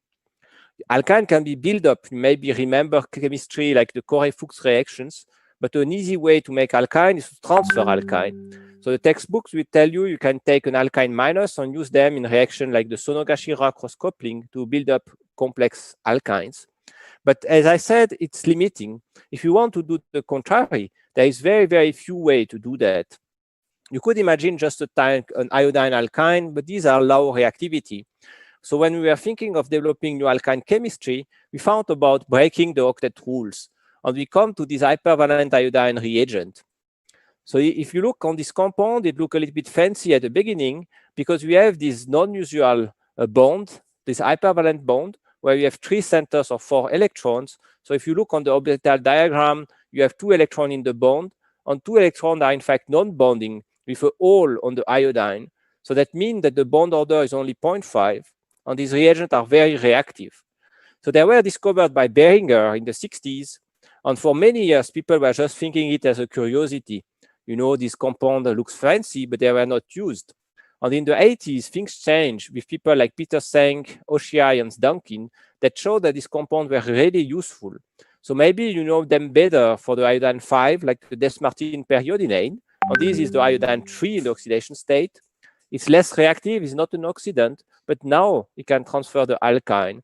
And this hypervalent iodine phenyl group has been shown to be 10,000 times a better living group than a triflate, for example. So it's really something that is an excellent living group. And the first reaction we wanted to work on was this one. So this is the reaction of indole, and we wanted to introduce an alkyne on indole. So indole is one of the most important heterocycles in medicinal chemistry. And at that time, in 2008, there was no way to introduce an alkyne into the indole. So that would have been a new transformation. We tried a lot of different catalysts on this transformation, like palladium, copper, and different catalysts that were known in the time, but none of them worked. And we have a problem with these reagents because they are reactive. They tend to decompose if you add any metals. They will polymerize. You will get a different point problem. So we needed to find a solution to this issue. The key was, in fact, to move to cyclic reagent. So the cyclic reagent, you may be familiar with the trifluoromethylation reagent, the Tony reagent, that has been extremely popular in the last 10, 20 years. But the cyclic reagent with an alkyne already exists. It was synthesized by Oshii and Duncan, but it was never used in synthetic chemistry. When you make this reagent cyclic, you kind of increase the conjugation of the pi system with the iodine atom, and you make this reagent more stable. So we are hoping that this reagent will be surviving in presence of metal catalyst. And in fact, we developed our first transformation using a gold catalyst and the alkynyl EBX reagent. So EBX stands for ethinyl benzodioxolone. And this was a very nice transformation at room temperature. It was highly selective. So I will not speak a lot about this transformation because it's now already pretty old. But I will just discuss a little bit more about how to make this reagent. So these reagents are, by the way, now commercially available, but Sigma Aldrich or companies has a lot of money for them, and they are pretty easy to make by yourself. So this Duncan protocol developed in the 90s was already very good because Duncan make only 100 milligrams of this reagent, and you could make 40 grams by using the same protocol. And it's pretty rare, in fact, that you just take a protocol make for 100 milligrams and you can scale up so easily. So what you do is a periodate oxidation of the 2-iodobenzoic acid, and then you will activate it with 3-methylsilyl triflate and add the cellular alkyne, and you get the TIP-CBX. So basically, it's 2-step, 3-step if you count the preparation of the cellular alkyne. So it's already okay, but recently we improved this protocol, and we make a new procedures inspired by my colleague Berit Olofsson in Sweden, where we make an in situ oxidation, and then we use immediately the terminal alkyne. So we have now in 1 step, you can make 40 grams in basically 1 day. So this compound is now really easy to access. And we just published recently this improved protocol in OPRD. So this reagent has been useful for one transformation, and there is kind of a luck factor in chemistry. And the luck factor was the fact that the reagent was useful in many transformations. So we could use this type of permanent iodine reagent for the synthesis of heterocycles, for the functionalization of a double bond, and for the reaction with nucleophiles, and the reaction with carbene, and also in photoredox chemistry. So I don't have time to speak about all of that. So today I will speak about our carbene chemistry. That is one of we developed in the last few years. And others get also attracted by this compound. And many other groups start to work on that. And this continually to increase. So now I a little bit stop to follow up all these because the slide will be too blurry, but there is also several groups in India that made innovative chemistry with this type of reagent, like the Patil group and the Bizai group. So today I would like to focus on this carbene chemistry that, as I said, is pretty new, and I have several new results to present obtained in the last year. So the reagent, this chemistry was developed mostly by two chemists in my group. So Dr. Durga Ari, that makes his PhD in the Koenig group, and now is a postdoc in the group of Barinder Agrawal, looking for academic position, and the PhD student Guillaume Pizella.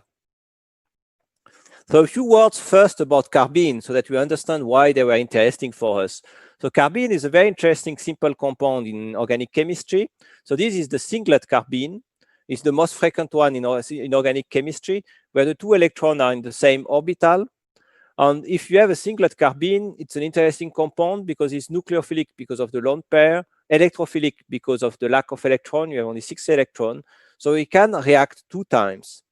So carbene has been used a lot for insertion into CH bond and cyclopropanation, but recently there was a lot of excitement to make this double bond formation on carbene. So you can take a diazo compound, it's one of the best precursors for carbene, take several metal, many metal works, but the two favorite are usually rhodium and copper, and then you can use this dual reactivity by adding a nucleophile and an electrophile. So several nucleophiles has been used, like aryl, alcohol, amines, alkynes, and also several different types of electrophile. That's a lot of chemistry. And what is interesting on this type of reaction is that you can get a lot of diverse products very fast. Just to present one example of what has been done, because it's a transfer of alkyne, is by Jimbo Wang in Beijing University. What he used is a nucleophilic source of alkyne, a rhodium catalyst, an electrophilic alkylation reagent, and then you get the quaternary center with side product only acetone and sodium bromide. So it's a nice transformation. And now we were thinking, okay, we have an electrophilic alkynes. Why can we make a new type of reaction where you invert the two partners? Now we will need a nucleophile on the electrophilic alkyne for reagent. And here is our first trial. So we are hoping to take this diazo compound based on the work of Wu, benzyl alcohol and TIPS, rhodium catalyst to get this compound. But this doesn't work. The only thing you get is this OH insertion product. So what's happening in this chemistry is probably the first step work. So the alcohol will add to the rhodium carbene. But then you have a problem here that you have a very fast H transfer to get to the product of insertion, and you never get the product you would like to get, the alkylation product. So we tried another catalyst, the copper catalyst, to see if we could get success here. And the first result was interesting. So under this condition, we obtained traces of the obtained product, and it will take us several years, in fact, to be able to get this compound. The major product was dimerization of the carbene, but we get 10% of this very interesting compound where we have added both parts of the reagent onto the alkene. And this is interesting because a thing that many people complain about using this type of reagent is that you get a lot of waste because you always lose the 2-iodobenzoic acid. But this transformation was fully atom economical if you omit the loss of N2. So you only lose N2, but you transfer all the reagent to the product. So it's a very clean transformation. So we needed to optimize a little bit this transformation. So I will not go into the details, but just to tell that using this type of ligand, a diimine ligand that has been introduced by Eric Jacobsen in the 90s, you can get a very clean transformation even at room temperature. And this works with a lot of different diazo compounds. So you can get ester amide, sulfonyl compound, or phosphate, and you can get substituted diazo compound of different kinds. So it's very general from the point of view of diazo. You can also use different type of IBX reagents. So you can substitute the aryl ring, and you can in red take different alkynes. And this for us was a very good news, because in the alkyne field, it's sometimes very dependent of the substituent. Many reaction works only if you have a silyl group, but this transformation works with aryl alkynes and alkyl alkynes. You can get really a broad diversity of product. So now on this stage, this reaction was naturally very interesting to generate diverse type of alkynes, but the major issue was that you get compound only in racemic form. So we decided with Durga to make the reaction also selective. And this is in one equation, in fact, the summary of 2 years of work. So those of you working in asymmetric catalysis may know that it's very difficult to get this high enantiomer induction, because you need to discriminate between the two phases during the attack on the carbene. And I will just go step by step about what was important for this transformation. So the first important things, you will not be surprised about that, was to find the right ligand. And we knew from the beginning that this type of NN ligand were very good for this transformation. But the problem is, with diimines, you cannot get high asymmetric induction. See, you have only like 20% EE. So we really need to use other type of ligand, and we move to the box type of ligand. So when you move to box, you pay something, because the copper complex with the box is less reactive. So you can have only an hydrogen on the diazo compound now, but you see a better selectivity. And this is naturally the main problem you have in asymmetric catalysis. When you try to increase the selectivity, often you see a drop in the activity. And the third butyl box was our first really good hit with an EE over 50%. And the best of the box family was this cyclopropyl box, INDA box, that was also used by people like Mukund Sibi, that give you 62% EE. And at this point, we were ready to make what we call the fine-tuning of the transformation to try to improve the EE. An important point was a solvent. So the best solvent at the end was the chlorinated chlorobenzene that allow you to get a small increase in EE. Even more important was the counter ion. So the N-triflimide was the best, and it's something, it's still a little bit black magic. So even for computational chemist colleague to really understand how this counter ion has such a strong influence. So we are now close to 84% EE. And the last small important improvement to get up to the 90s was just to diminish the concentration of the reaction, and we get better EE into this transformation. The exact way these reactions work is still not really understood. I will come to a mechanism at the end of this chapter, but we are right now making extensive mechanism studies on this transformation, and they are pretty complex to understand. So the scope of this reaction is working pretty well. So you can have, again, different diester compound on different product. And the best one was an aryl group developed, in fact, by Greg Fu that give you very high EE, 97% EE. So we selected this diazo compound to make a further transformation. And we can really vary the benzene ring. And what is very important, you can get different alkynyl group onto the molecules. So this is working very well. You can have aliphatic compound. You can get a cyclopropyl group. You can get also different aryl group. And the EE is generally good to very good. Just insight about what we can do with the product. So the ester of derived from 2-iodobenzoic acid is a good protecting group for the alcohol. You can just remove it using dibal without loss of the EE. And if you use stronger reductive condition, with lithium aluminum hydride, you can get the diol. And this compound has already been used in several syntheses of bioactive compound before, and we are now able to access it with IEE in a pretty straightforward way. So we are still studying transformation of this product in different aspects. But one interesting question we are asking ourselves is this reaction only possible for alkyne introduction, or can you extend it to other type of transformation? And that's where we were becoming interesting with Guillaume on this, what we call the VBX reagent, the vinyl benzodoxol reagent. So this reagent has been first introduced by my colleague Berit Olofsson in Sweden. And the synthesis developed by Berit was very good for the synthesis of aryl VBX with an aryl substituent. The yields are pretty good. You just take the boronic acid, TMS triflate, and then you get to the product. In our lab, we developed a new transformation to access the alkyl substituted reagent. So we use BF3HR8 as an activator, you take the acetoxybenzodoxolone on the boronic acid, and then this protocol works for the alkyl substituent. So now we are able to make this new type of reagent either with aryl or alkyl substituent, and the condition tolerate quite a lot of functional group like esters, protected amine, halogens, and you can make also tri-substituted olefins. You can make also more complex compound like diene, two examples of diene that are shown there, and you can even make some anions with this reaction. And here is a little bit the scope of this transformation. So you can transfer the vinyl group with aryl in good yield. You can also transfer the alkyl group with very good yield. And you see, you can really introduce a lot of variety into the olefin, into this transformation. Also, the diene is working well. And we can also transfer different diazo compounds. So this one is particularly interesting. So the trifluoromethyl derived diazo compound give you access to fluorinated compounds that are interested in medicinal chemistry. But what is missing to this project is the enantiomer induction. Because if you take the exact same chiral catalyst that you have used in the previous reaction, you get nearly racemic compound. And the best EE we were able to achieve after intensive optimization was only around 40%. So that's why right now we are moving back to better understand the mechanism, because we are blocked in the fact in the development of new enantioselective transformation. And now there is a second issue if you look at this type of transformation, is that you always get the 2-iodobenzoate on the alcohol.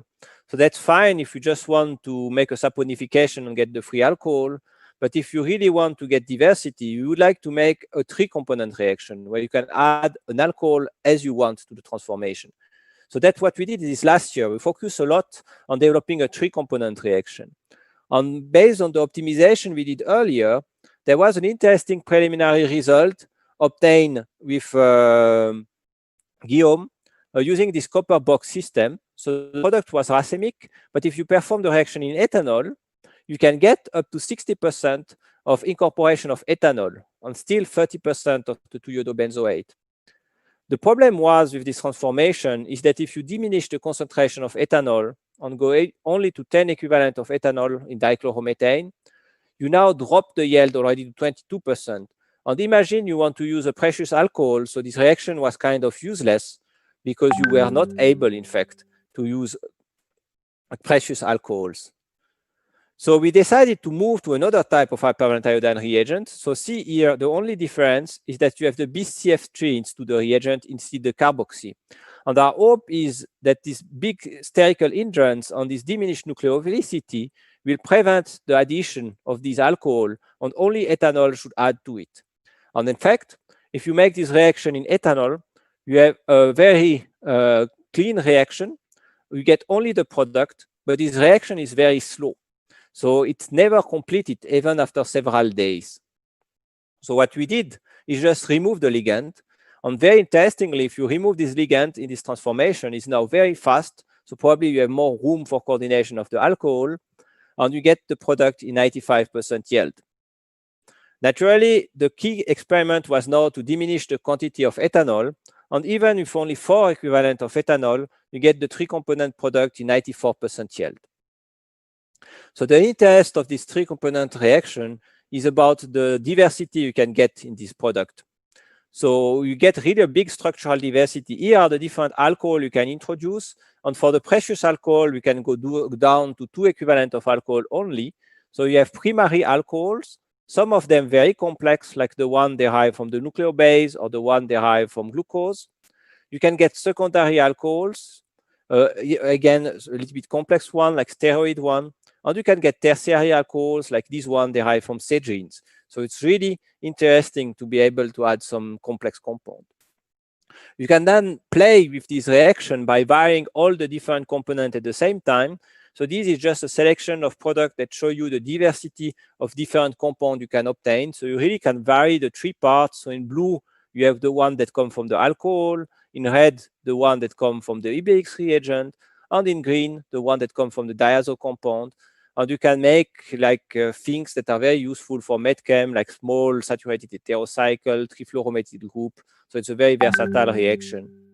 And we make a small application of this transformation in the synthesis of efavirenz. So maybe you know efavirenz is one of the front drug against HIV. It's an antiviral compound, and is made by Lonza from these intermediates, the so-called Lonza intermediate in only one step. And we were now able to access the Lonza intermediate in one step using our protocol. So what you need to use is this diazo compound, the cyclopropyl substituted IBX reagent, and now this carbamate. So I have to be honest, we were using this carbamate. What we wanted to do is to transfer the nitrogen. We wanted to make amino acid derivative with a nitrogen there. And we were a little bit surprised that this compound, in fact, attack on the oxygen. And I have to say, always afterwards, it's easy to know that you should not have been surprised, because based on the resonance of the amide bond, the oxygen is more nucleophilic. So the oxygen is attacking on the carbene, and then the third butyl group is cleaved, and that's why you can get this carbamate directly. And once you are there, you directly have the Lonza intermediate, so it's like a one-step synthesis of the Lonza intermediate. Naturally, from the point of view of scale production, it will not be useful because this diazo compound is probably not the ones you want to use on ton scale, but it's very interesting if you want to diversify and make new analogs. Okay, so as promised, a few hints about how this reaction could be working. So we are still just starting now computation on mechanistic investigation, so it will take us more time to find it out. But clearly, the copper catalyst reacts very fast with the diazo compound. You see nitrogen evolution, and you get a copper carbene complex. And we think that this copper carbene complex will then interact with the reagent. And the more favorable interaction is with the pi system of the iodine. And these we can observe by NMR, because if you mix the copper catalyst without the diazo compound, you see very clearly that all the peaks of the alkyne are shifted. So you see an interaction between the copper and the alkyne. And the first computation, in fact, indeed shows us that this is a very favored complex that is formed by interaction of the copper and the alkyne. From them, we have two possibilities. If you have the carboxy-derived reagent, you will just get an intramolecular reaction where these oxygen attack the copper and the alkyne is inserting into the carbene at the same time to get to the product. But if you have the BCF3, this reaction is too slow, and then the alcohol can come to outside and add to the carbene to form this ylide intermediate. And here you have the issue that you can get a proton transfer. And in fact, we always observe some of the side product where you just give addition of the alcohol. But with the right condition, you can promote the addition onto the carbene or the carbenoid in this case, and you can get to the observed product. The very interesting point now for calculation would be to tell us how these steps are occurring, because naturally that's the interesting step, the reaction of the hyperiodine reagent with the carbene. On the first indication from calculation, they tell us, in fact, that this copper alkyne complex is a dead end. So this one doesn't react. In fact, the copper needs to decoordinate and then coordinate to the oxygen, and that initiates the reaction. But it's a little bit too early to present this detailed result. Okay, so that's where we are, in fact, in the diazo project. So now we are really focusing on understanding this mechanism. We also try to intercept intermediate via mass, something like that. And with this gaining an understanding, we hope to be able to develop further enantioselective transformation, and also to be able to use nitrogen nucleophile. Nitrogen will be very interesting to extend the scope of the transformation. Okay. With that, I finished my first story, and I would like to come to a second story for today, is the Umpolung, so the change of the polarity of indole and enamides. So this project has been done by Dr. Raj Nandi when he was postdoc in my lab, and two PhD students, Paola Caramenti and Nina Deklas. This project started with some conclusion we have made on the old project I presented to you in the introduction. So in the introduction, I show you we were able to transfer alkyne to the CH bond of heterocycle. But this was a little bit limited because we can get only the more nucleophilic position to react. So we developed later another strategy to access the other position, and it's called the domino approach. In this domino approach developed by Yifan Li in my lab, you use a platinum catalyst. The platinum will coordinate to the alkyne, and you will cyclize to generate this intermediate. And then this intermediate react with the IBX reagent, and you get to the product. And what is interesting, compared to the CH functionalization is that you can get the alkyne on the benzene ring, what is impossible if you react directly with the indole, because the indole is always more reactive on this olefin. And then came Paula, and I asked Paula to develop a new transformation to transfer the azide. So like we succeed with the alkyne, why not try the azide? And then Paula told me the reaction didn't work. And there's also a lesson for students. The reaction didn't work, but she gets something out of the reaction. And it's always important to analyze carefully what you have obtained, because in some case, the product could be even more interesting than what we are aiming to do. So the Mr. X that she get was still with an alkyne. There was no azide in the product. There seems to have been two products, once here and once here.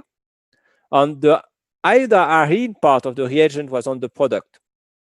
And the platinum catalyst was not involved in this transformation. So at the beginning, we were thinking that we have just transferred the oxygen to the indole and get this product.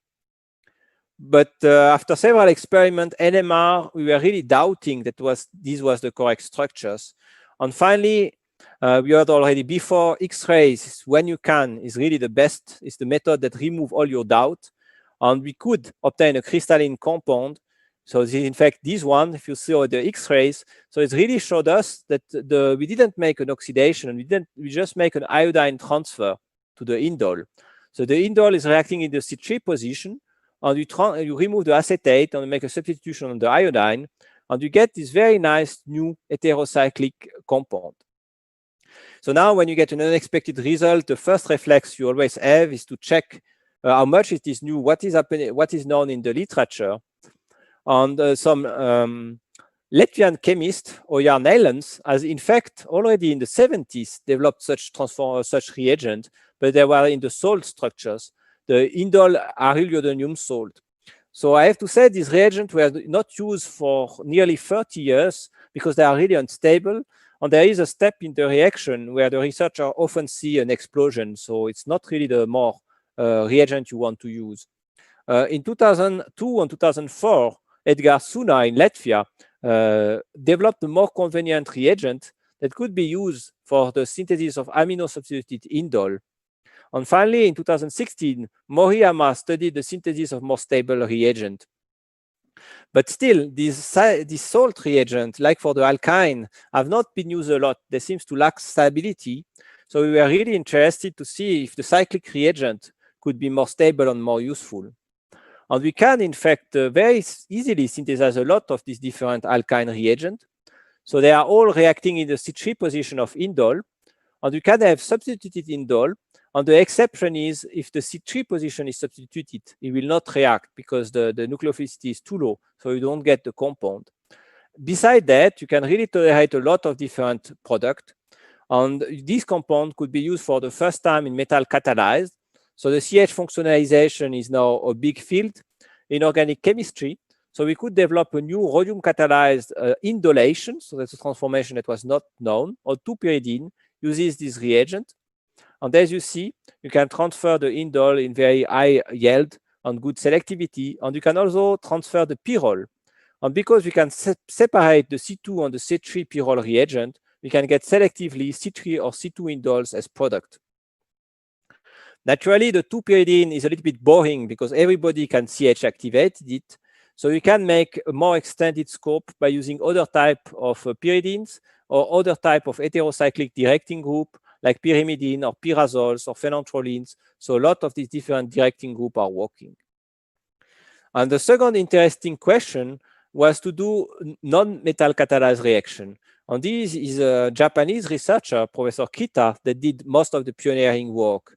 So Professor Kita developed a Lewis acid-based method where you will take iodonium salt, activate them by Lewis acid, and then you get a single electron transfer, and the radical will recombine to get bis aromatic compounds that are very important for organic materials. But there was still some limitation in this field because there was only 3 examples with indole, and only this type of compound could be synthesized with a phenyl ring and an indole ring. So we were very happy to see that this reagent works very well. In presence of TMS chloride, you will activate the reagent, and you can react with trimethoxybenzene to get this functional as indole or exclusively in the C2 position. So it's already interesting, and we will discuss a little bit at the end, but how is it that the C3 substituted reagent give you the C2 product? The transformation works very well, and you can make the product with aryl ring, but more importantly, you can make this type of dimers where you have one indole on the second indole with a substituent selectively on one of the two rings. On this type of dimer, were impossible to make before with state-of-the-art method. They are very difficult to get, in fact. And these are interesting in the development of organic electronic compound. But still, there was the question on how can we make the C2 reagent. And this is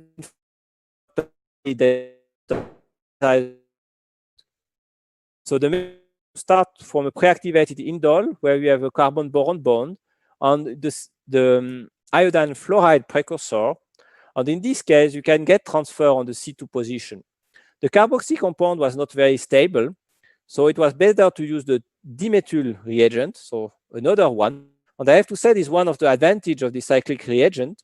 You can modulate their activity by changing the substituent there. If the carboxy is too unstable or too reactive, you move to the BCF3, and if it's still not good, you go to the bis-methyl reagent. So you can really fine-tune this reagent as you want for their reactivity. And these allow RAJ to access the N-Bock indoles and the C2 position. And this reagent works also very well into the transformation with benzoxy ring on indoles. And there was a small disappointment, still a little bit, because we are hoping that this reagent will give the C3 substituted compound, but they still give the C2.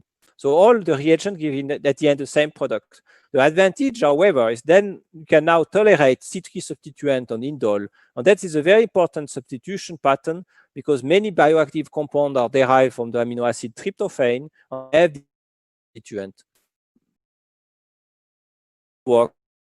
Still are in big doubt about that again, but we know from Kita works that TMS, Lewis acid, will bind to the hypervalent iodine reagent and make them extremely electron deficient. And if these compounds are extremely electron deficient, you will get a single electron transfer. So one electron from the indole will jump to the hypervalent iodine reagent, and you get a radical pair with this iodine radical. What happened at this stage is probably an isomerization with radical dissociation recombination so that the two compounds are in kind of equilibrium. From this one, you can get a recombination on the iodine to get these unstable triarulated iodine reagents that are known to undergo reductive elimination like metal to get the dimers. Naturally, another possible mechanism is that you never get to this intermediate and directly recombine on the radical stage. Now, if you have a more substituted indoles, we see in fact a different type of product reacting in C2. And this we think is due to the steric hindrance and the stabilization of the carbocation in this position that will move in fact to the C2 product.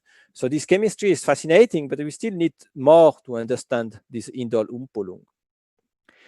So that's what we have realized with Paula on this project. And we are wondering if we can move to the indole Umpolung to the enamine Umpolung. In fact, that was a question that I was asked in a talk. So I was doing a talk in the company Syngenta in Switzerland.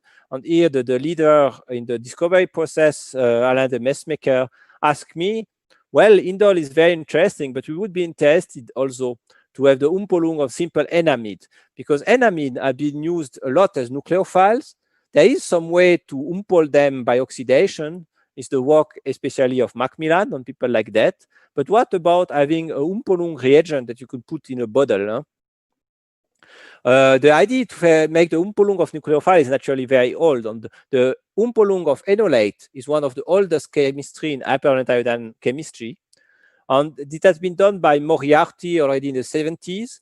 But there was a long discussion if we need to draw the molecule like an alpha iodo compound or O iodo compound, an enolonium, as is it called.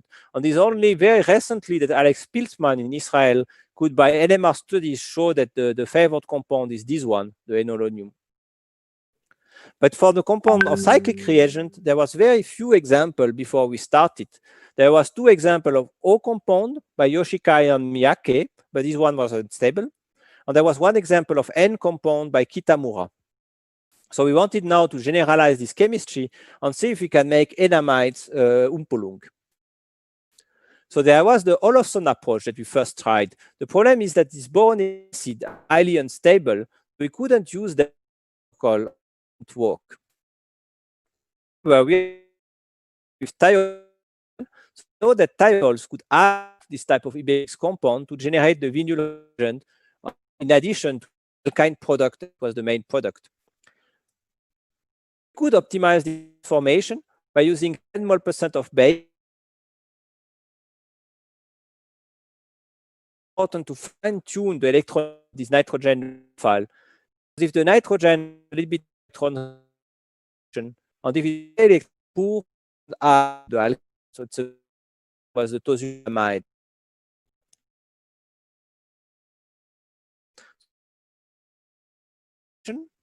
And we found out that in ethanol, and they use cesium carbonate as a base, you can get now 94% yield of this product. So it's very efficient. And an interesting characteristic of this reaction is that it has an optimum of the loading on this base.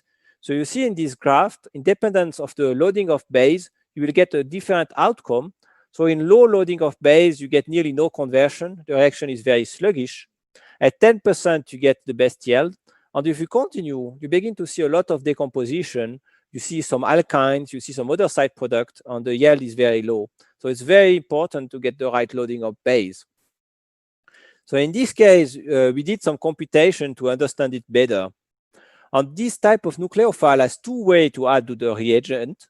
It can do a cyclic transition state. They get directly to an alkylated product. So you have 3 atoms in a transition state where the nitrogen interacting with the iodine and the carbon compound. But this is high in energy compared to a 4-atom transition state where the nitrogen is interacting with the iodine and the beta carbon. So this is highly favored, and you get to this anionic intermediate that is, as you see, nearly at the same energy as the starting material. So you can admit that this reaction is going in both directions.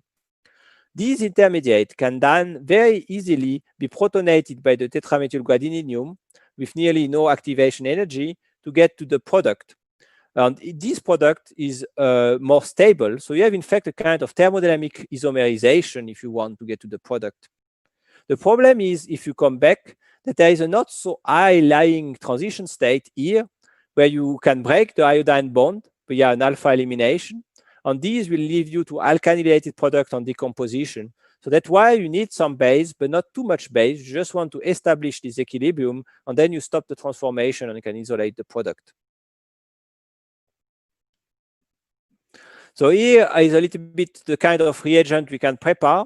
So we can prepare different type of reagent with alkyl group, substituent, secondary, tertiary compound. We can modify with mesule and nosule. So nosule is an interesting one because it's more easy to remove. And we can also add enol ethers, like was shown by other researchers. It's also working well with our protocol. What is interesting is that the nucleophile can be pretty complex. So we can even take drug like sulfaphenazole or vitamin like tocopherol, and they add very well to this hypervalent iodine reagent. You can also use valsartan, so you can add tetrazoles as nucleophile, and you can use complex phenol like capsaicin that give you the sharp taste in peppers and red peppers. Why would you care to make this reagent? So these reagents are still very reactive, and you can use them in cross-coupling transformation. So for example, the Stille coupling, we know it also works well in the Suzuki coupling. And you can make such sensitive diene compound. You can make an alkyl coupling also, and you can make it also with the ethers. And we were wondering how much do you gain between normal iodine and hypervalent iodine. So we tried to make this sensitive diene using the Stille coupling of the traditional iodine compound. And at the same condition, at room temperature, you get absolutely no conversion. And even at 50 degrees, still no conversion. 10% of the product, but you have a lot of decomposition because this compound is not stable at this temperature. So that really shows you that you have a big advantage to use this hypervalent iodine reagent. And to finish for today. Again, serendipity in research. So you always need to be, in fundamental research, you always need to be expected result.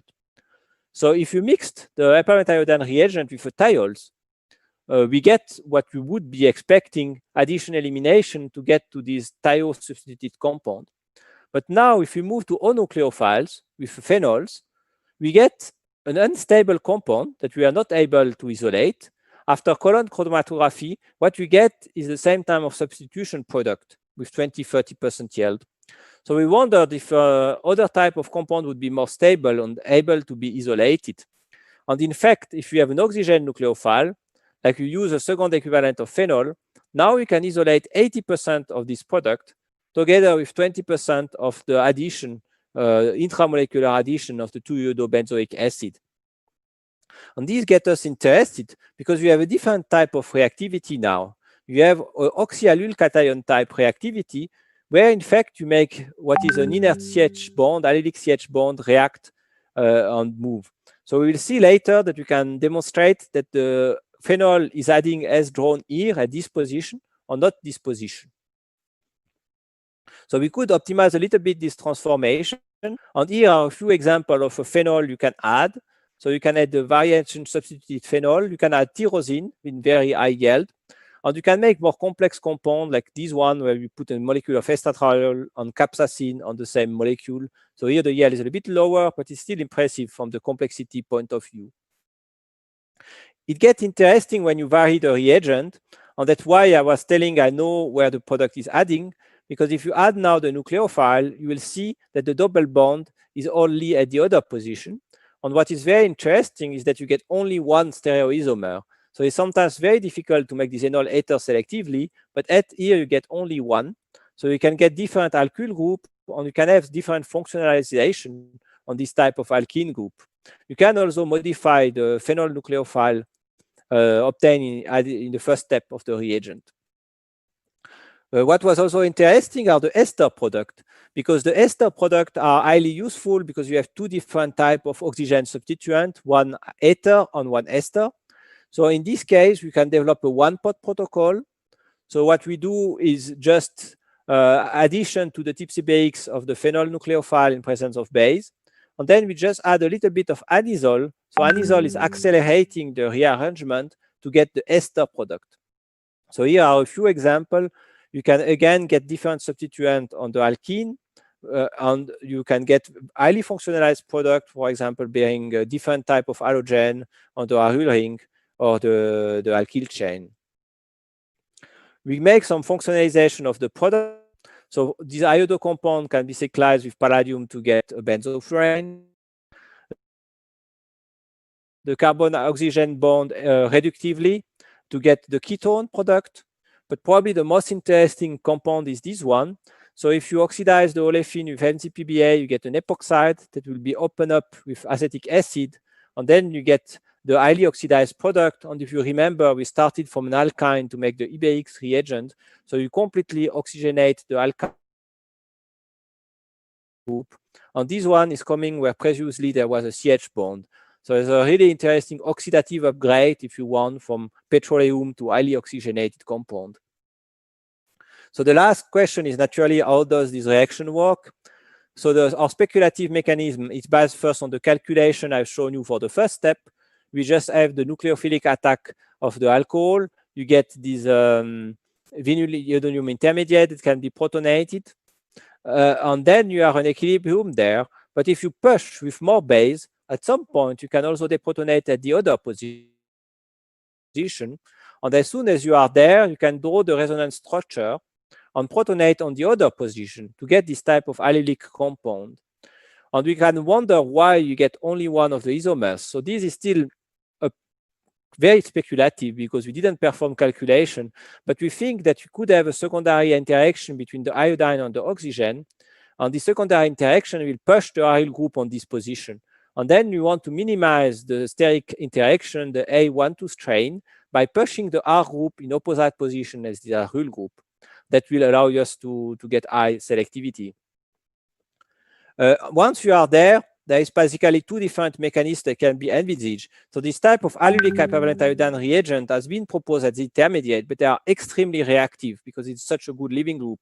So you could imagine that they just dissociate to get a carbocation that will then react with the nucleophile, or you could also imagine a direct SN2 pathway where the nucleophile will attack directly to get to the product. So these chemistry we need to further investigate to really understand about how it's working. All right, so I come now to my conclusion.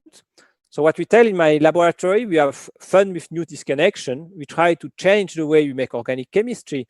From people that are working in applied field, it can be looking like a useless play, because why do we want to break or make this bond?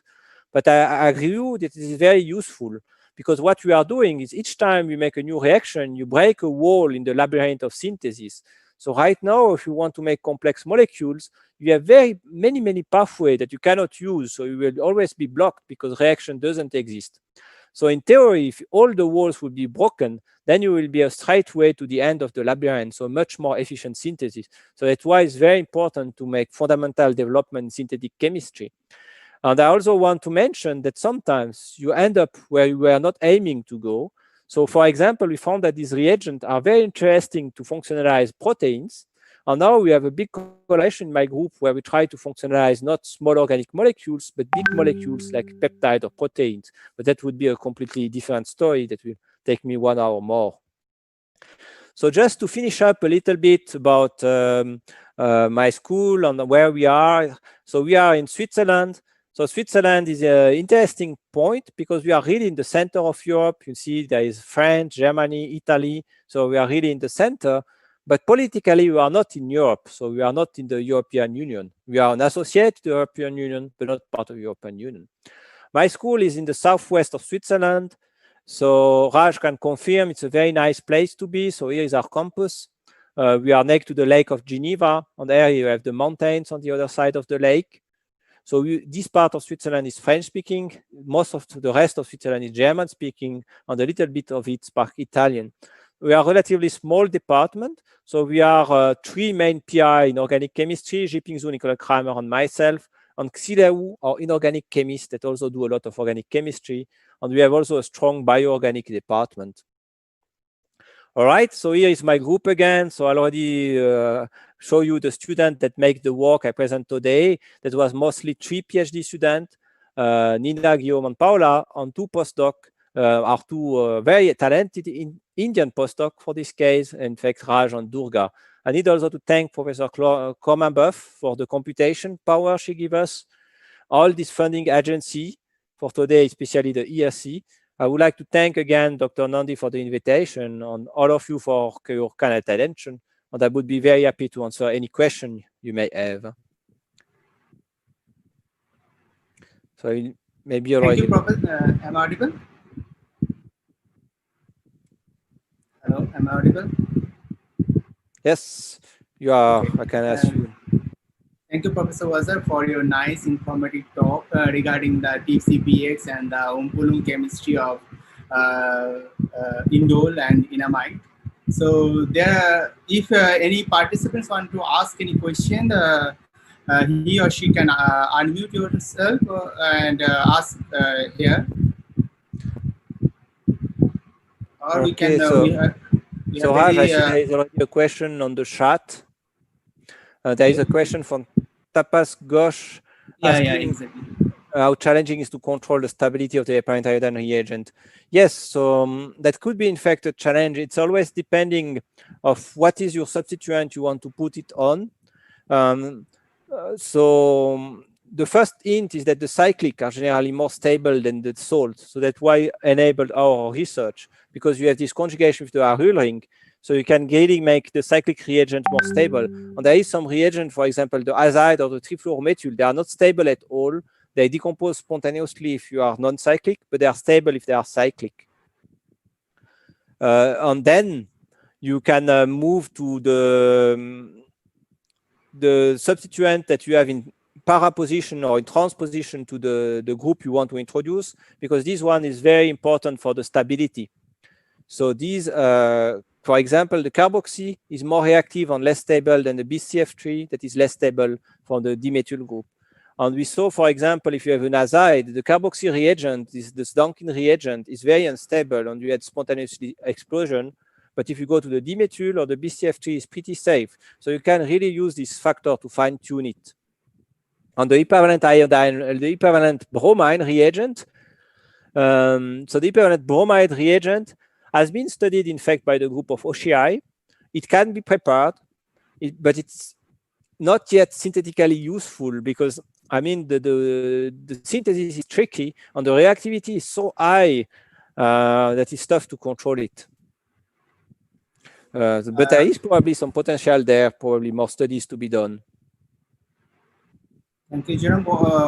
Another related question, one of our students wanted to know that Neyland's and post hypervalent indole reagent is mainly depends on the beta intermediate. And what is the driving force for the cyclic indole reagent? I mean, stability of the cyclic indole reagent. So what is the real driving force for the cyclic hypervalent iodine reagent? Exactly. Yeah. For the stability. Yeah, let me just go to the.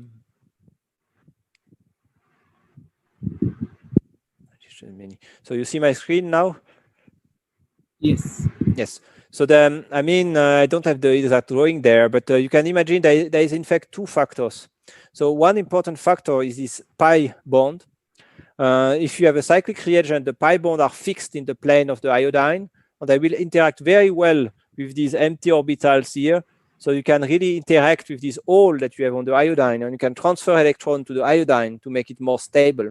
So this is an important factor. If you don't have the cyclic structure, the phenyl ring will rotate, and the interaction will be less intense. And there is a second kinetic factor that was found by calculation by Schaeffer. When you have this cyclic structure, you cannot make easily a reductive elimination between the substituent and the oxygen atom. And this also preventing the reaction to self-quench, because an issue you have is like a metal. You can make a reductive elimination and, for example, make a new bond between the oxygen and the alkyne. And this is spontaneous in some reagent, but is making much more difficult in the cyclic reagent because you have the difficulty to access this transition state. So you have both thermodynamic and kinetic stability. There are a couple of questions in the chat box. Deva and Roy, they wanted to know that is it possible to carry out the alkyne-alkyne coupling using TIPS EBX reagent? Yes. So this so not by our groups. There is, I don't remember who do it, but you can do it. There is a different gold catalyst where you can in fact take a terminal alkyne and the EBX reagent, and you can make the alkyne-alkyne coupling. It was published like 3-4 years ago, but I cannot remember who did it, I think. But it has been done. Yes, you can do that. Last question, which type of the transition state do you suggest for the reaction of chiral C2 symmetric bench oxazoline ligands? Let me go just perhaps to this one.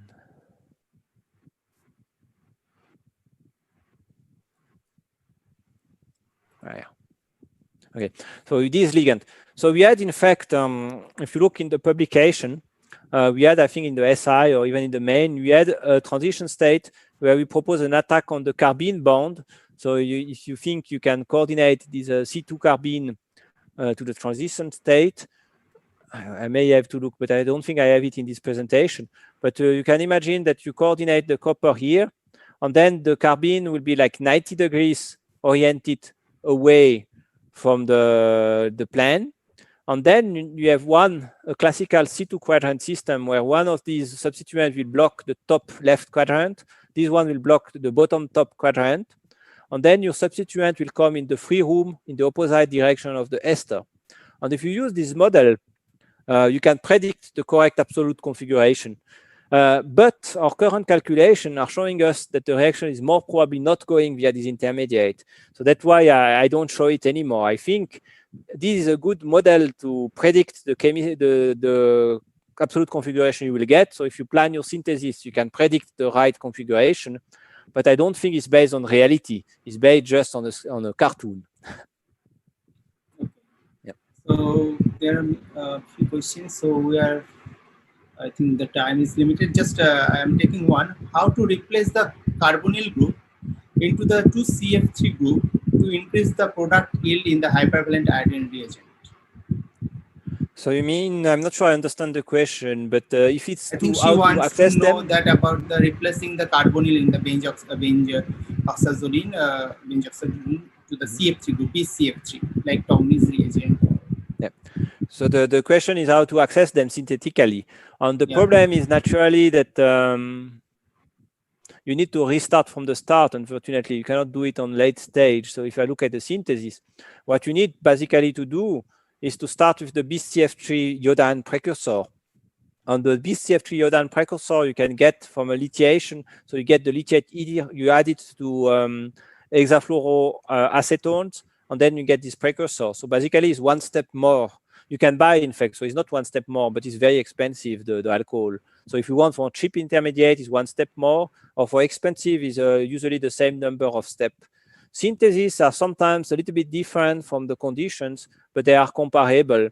So I would think the BCF3 reagent is a little bit more expensive to get, but now you can get it also in very good yield. And they are often a little bit more stable, a little bit less reactive. So in such reaction, it could be really interesting to have them. Yeah. Okay. Thank you, Professor Jerome, for nicely presented your talk, and it was really honor for me to host you.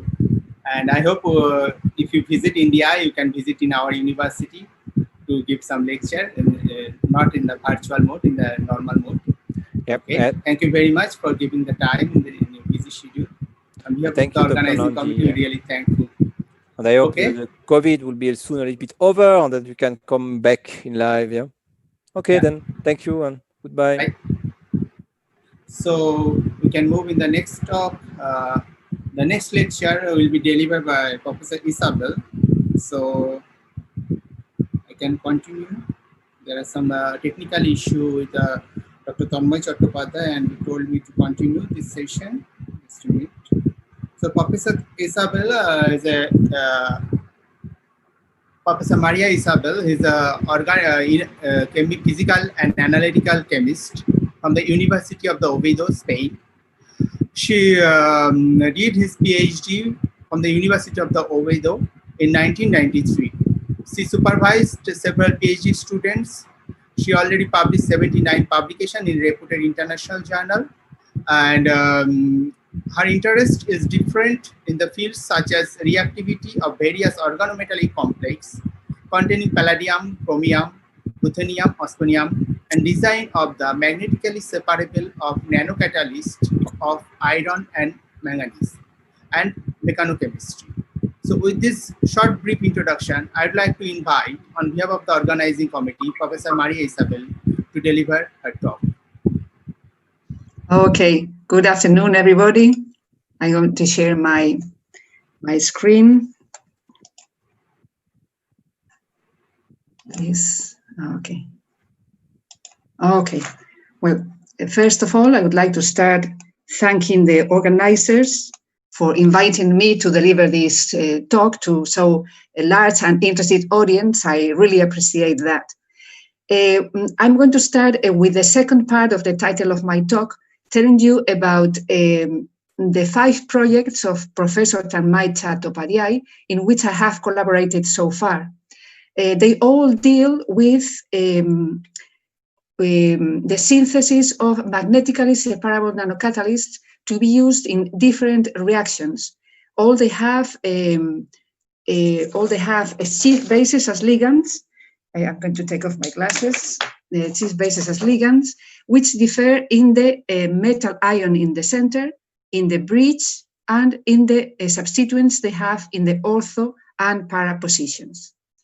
Okay, in the first project, we considered the oxidation of some alkenes with iodosyl benzene using 3 complexes with a chiral bridge, as you see here, and halogen atoms in the ortho and para positions. Previously reported works lead us to assume that metal complex become oxidized by the oxidant previous to the oxidation. I don't know if you can see this scheme. Previous to the oxidation. So it's interesting to characterize the reactants and the products involved in the general reaction displayed in the blue box, right? All the initial complexes are neutral. They look like the slide, what you see in the slide. They could present a low, intermediate, or high spin multiplicity, depending on the distribution of the 5 most external iron electrons over the non-degenerate orbitals of the metal, as you see in the slide. DFT geometrical parameters essentially match those provided by X-ray experiments, except for a slight lengthening of bond distances as expected for the compound in solution.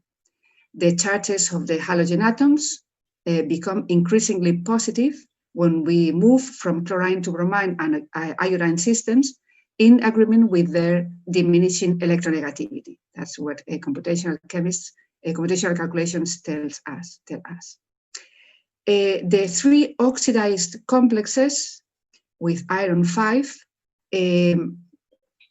can be in a doublet or quartet state, depending on the distribution of the d electrons of the metal.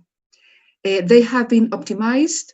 The released chloride anion is included in the optimized complex in such a way that the whole system is again electrically neutral. And you can see in the slide some geometrical parameters. Okay.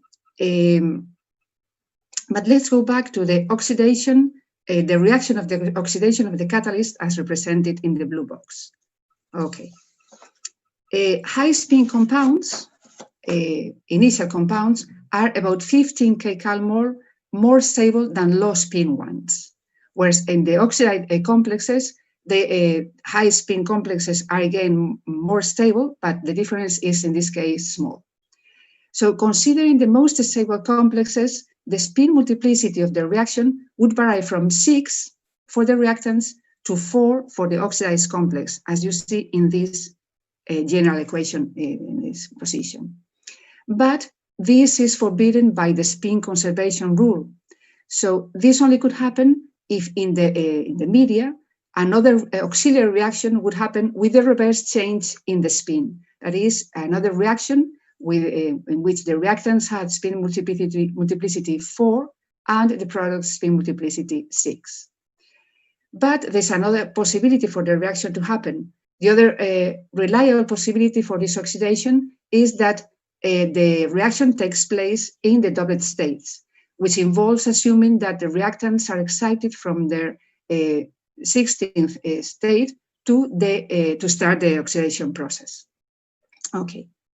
In this table, we collected the electronic and Gibbs energy for the catalyst oxidation step for both hypotheses, for those both spin possibilities. We calculate the reaction energy considering the summation of the energy of the products minus the summation of the energy of the reactants. Okay.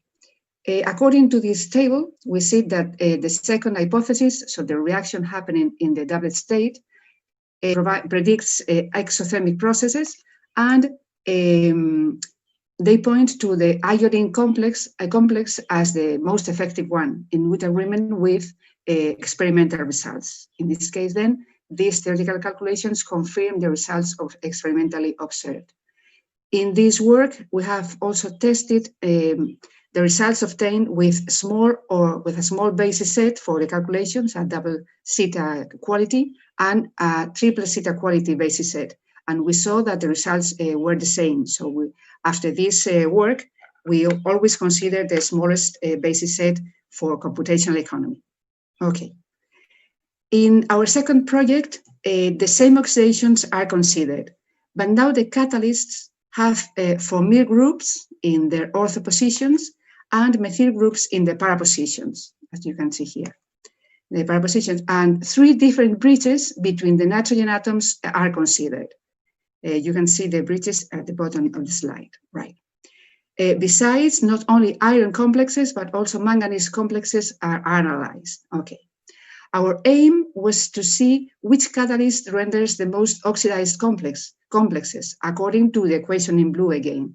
assuming that this catalyst would render the best epoxide product, the yields in the epoxide products. Okay.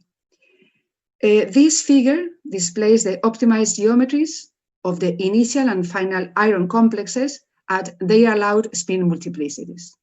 Initial iron 3 complexes are shorter than manganese ones because the distance between the axial ligands are smaller, and they are wider in the sense that the equatorial distances between the iron and oxygen and nitrogen are a bit larger than the manganese case, as we will see later. For all the initial iron complexes, the metal is closer to oxygen atoms than to nitrogen ones in the equatorial planes. For the oxidized complexes on the right part of the slide, the angles, oxygen angle and nitrogen iron bonds become of similar size for both spin multiplicities. Okay.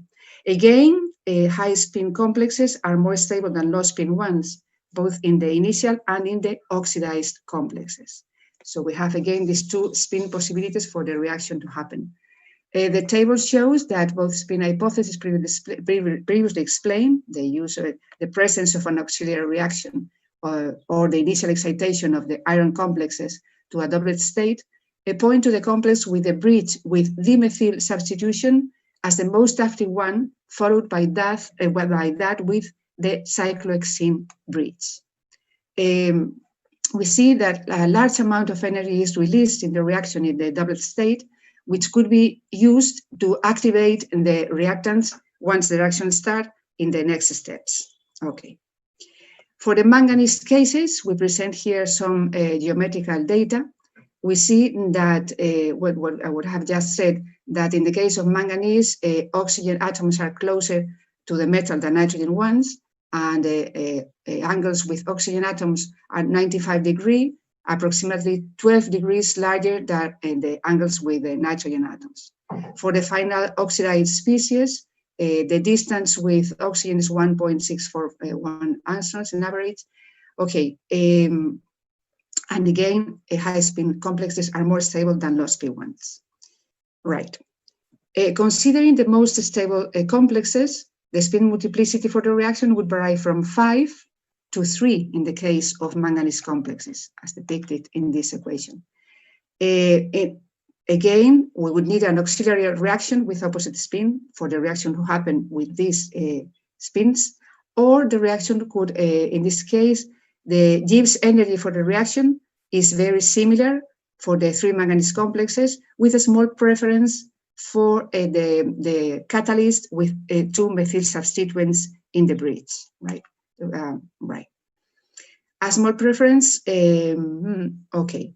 For the reaction taking place in the triplet state, the second column here, reactants are excited, has to be excited by about 20 kcal to the triplet state before beginning the oxidation process. And we see in last column on the table that in this assumption, the complex with the cyclohexene substituent, the cyclohexene bridge, is thermodynamically preferred and closely followed by the complex with the 2 methyl groups in the bridge. Again, the large energy released during the reaction at the triplet state can easily compensate the initial energy input needed to excite the reactants. So that's what we got in our second project. In the third project, the oxidation of 6 types of functionalities is studied using a new terminal oxidant, in this case, iodosobenzene diacetate, as you see here. Okay, and manganese 3 complexes with chlorine, bromine, and iodine substituents in the ortho and para position, with the 2-methylpropane bridge at the central carbon atom of the bridge in the chief base. We want to see again which of these catalysts perform better in this oxidation. Okay, several mechanistic pathways have been proposed for the oxidation of the substrates. The most commonly accepted one is the O rebound that consists of the initial oxidation of the catalyst to manganese 5 species, followed by the oxygen transfer to the substrate, So these are the mechanism considered in the 2 previous jobs. However, it has also been suggested that manganese silane complexes bonded to a iodosyl moiety might play a role in the process, right? So the formation of the adducts between the manganese complexes and the oxidant could be a significant step in the evolution towards the active catalyst and a stage where the nature of the substituents at the metal complex may exert a certain influence. We have theoretically characterized all the isolated reactants, manganese complexes and the oxidant, and all the adducts with the 3 catalysts. The spin multiplicities available for the metal are 3 and 5, as already said. This figure displays the general pattern for the linkage of the complexes to the oxidant. The table shows the most relevant bond distances in angstroms and for the optimized adducts at the triplet and quintuplet spin state. Okay. This table is the most significant one. It collects the relative electronic and Gibbs energies for the adducts, that is, their stability with respect to the isolated reactants.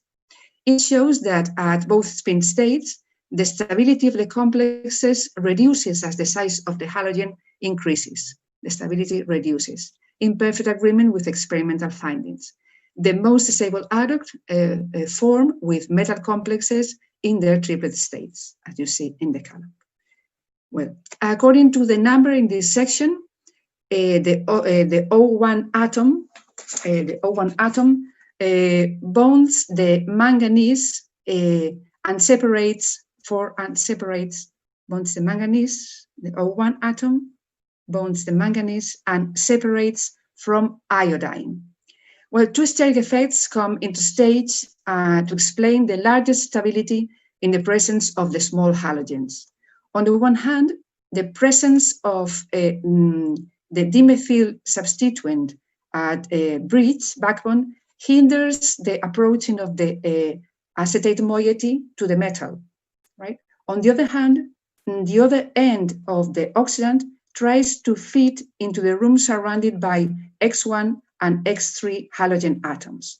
Chlorine is the smallest halogen, as we all know, the smallest halogen here considered, and the one that lets the closest and strongest approach of the oxidant to the manganese complex, thus rendering the most stable adduct.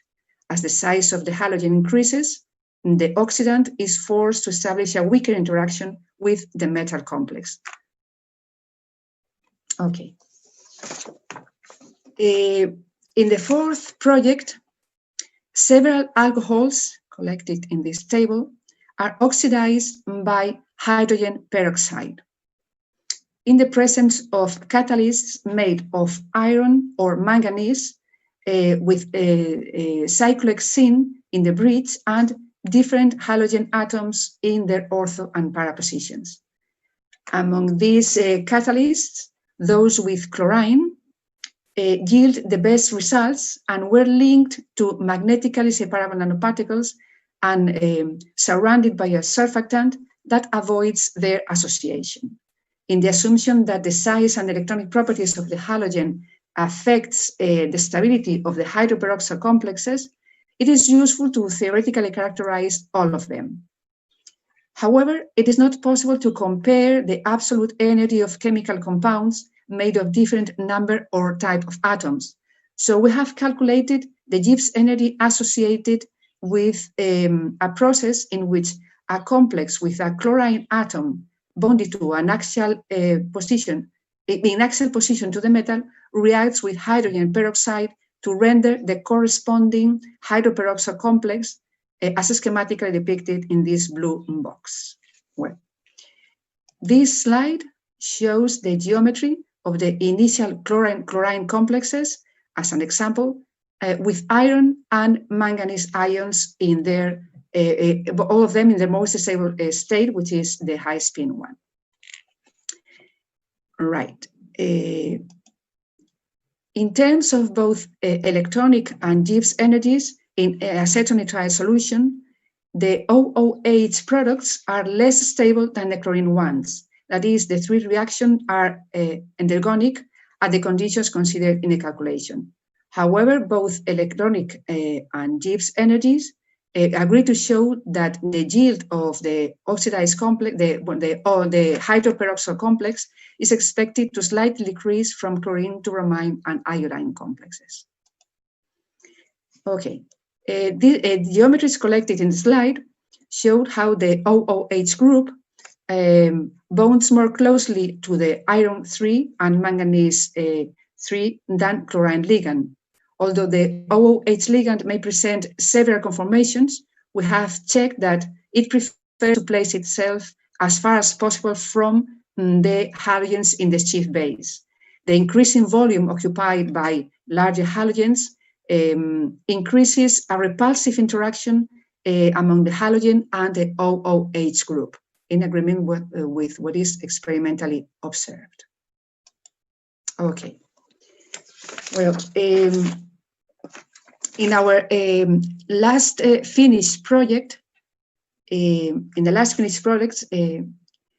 catalyst is made of iron 3 with 2,2-dimethyl-propyl as a bridge, as you see here, and halogens again in the ortho and para positions.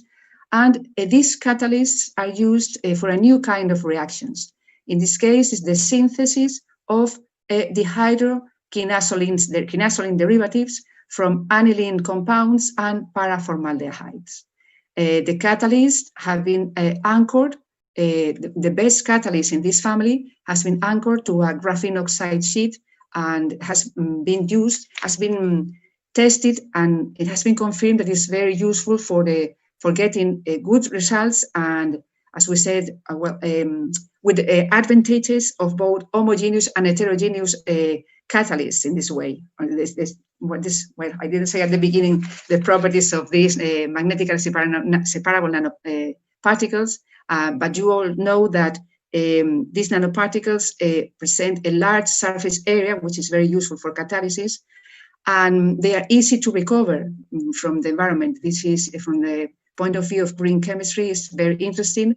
They are, and well, for common chemist work, it's interesting to have this easy way of recovering the catalyst just with a magnet.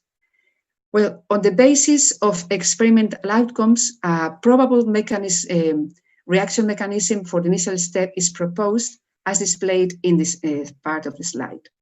In the first step, oxygen from the paraformaldehyde uses its lone pair to attack iron 3 center of the complexes with a simultaneous displacement of a loosely held dimethyl formamide molecule, right?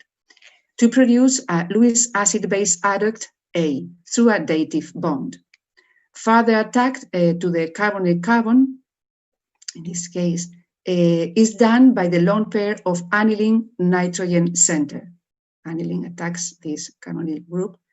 This attack leads to the formation of species B, where internal bond rearrangements lead to the elimination of species C and D, along with the formation of the final intermediate species. This species E was found to be the most stable complex with chlorine substituents, and it was used, it's the one that has been used to be anchored to the graphene oxide. Okay, in the theoretical study, we have, to save computational resources, we have considered the simplest aldehyde, formaldehyde, and aromatic amine, aniline. We have in acetylnitrile solutions the three complexes with the increased size of the halogen produces a reduction in the known bonding distance between the halogen atoms in ortho positions and the elongation of the axial iron-chlorine bond. Well, no transition state was found for the haldehyde bonding to the metal, and the energies of the three A complexes here collected are close to those of the isolated fragments. You see 0.2, 0.4, 0.3 are the energies of these A complexes relative to isolated reactants. The incorporation of the haldehyde enlarges the iron-chlorine distance and reduces even more the distance between the non-bonding XX halogen-halogen separation with respect to its value in the isolated complexes. Okay, iron complexes activate the carbonyl-carbon of the formaldehyde towards a nucleophilic addition, since its positive charge increases from 0.25 electrons in the isolated formaldehyde moiety to 0.99 in the 3A complexes, A intermediates. The nucleophilic addition of aniline to the activated formaldehyde is the rate limit step with barriers here collected relative to isolated reactants of 20.7, 21, and 21.3 for catalysts with chlorine, bromine, and iodine, respectively. The corresponding transition state is preceded by an intermediate B, here presented, and where the imine starts its approach to the activated aldehyde. In all cases, this intermediate reinforces the interaction of the metal complex with the aldehyde by shortening the oxygen-iron distance, mostly in the chloride intermediate B1. Right, B1. The addition of the amine through the transition state TSBC happens with the simultaneous transfer of one of its hydrogen atoms to the carbonyl oxygen atom. Intermediate C provide thermodynamic stabilization to the reaction, since they are stabilized by about 8 kcal with respect to the isolated reactants. The separation of the final products involves the definite rupture of the oxygen-carbon bond, and is an energy-demanding step for which a transition state could not be located. Isolated products, D, and the final intermediate E, are about 14, 15 larger in energy than isolated reactants.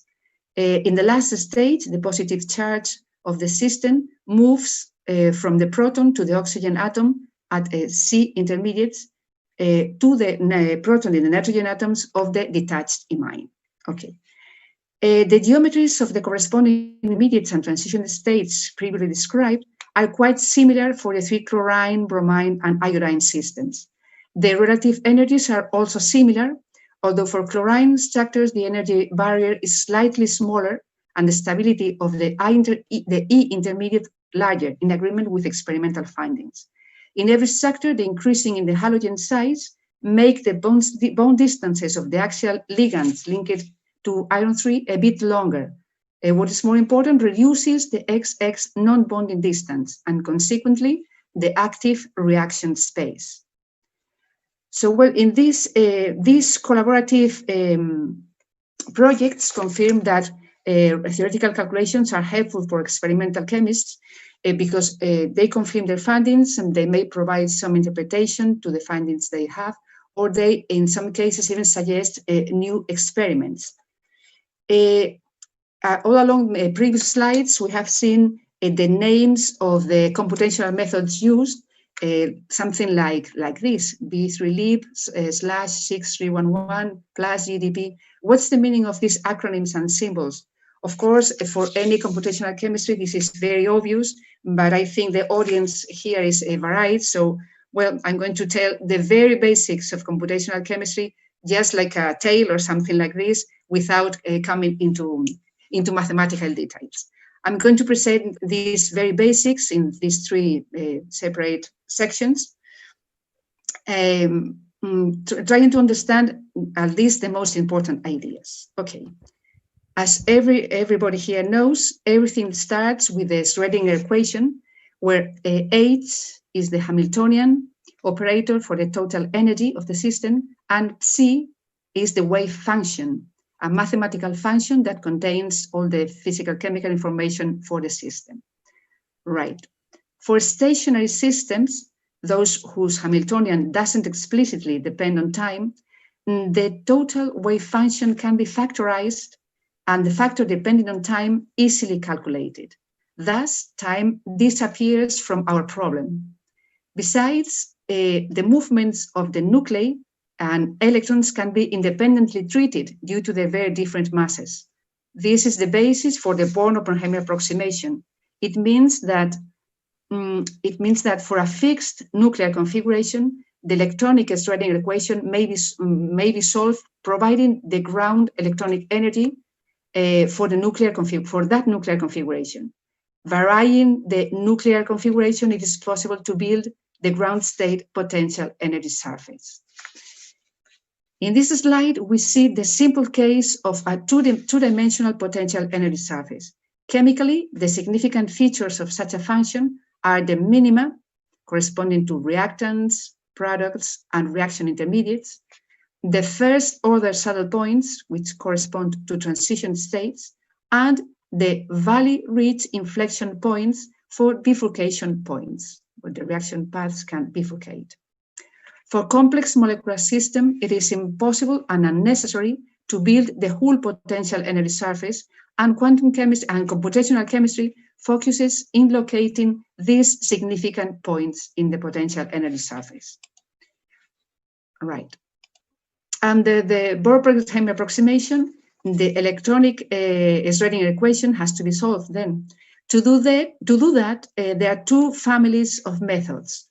On the one hand, those based on the wave function, methods, electronic structure theory methods, and on the other hand, those based in the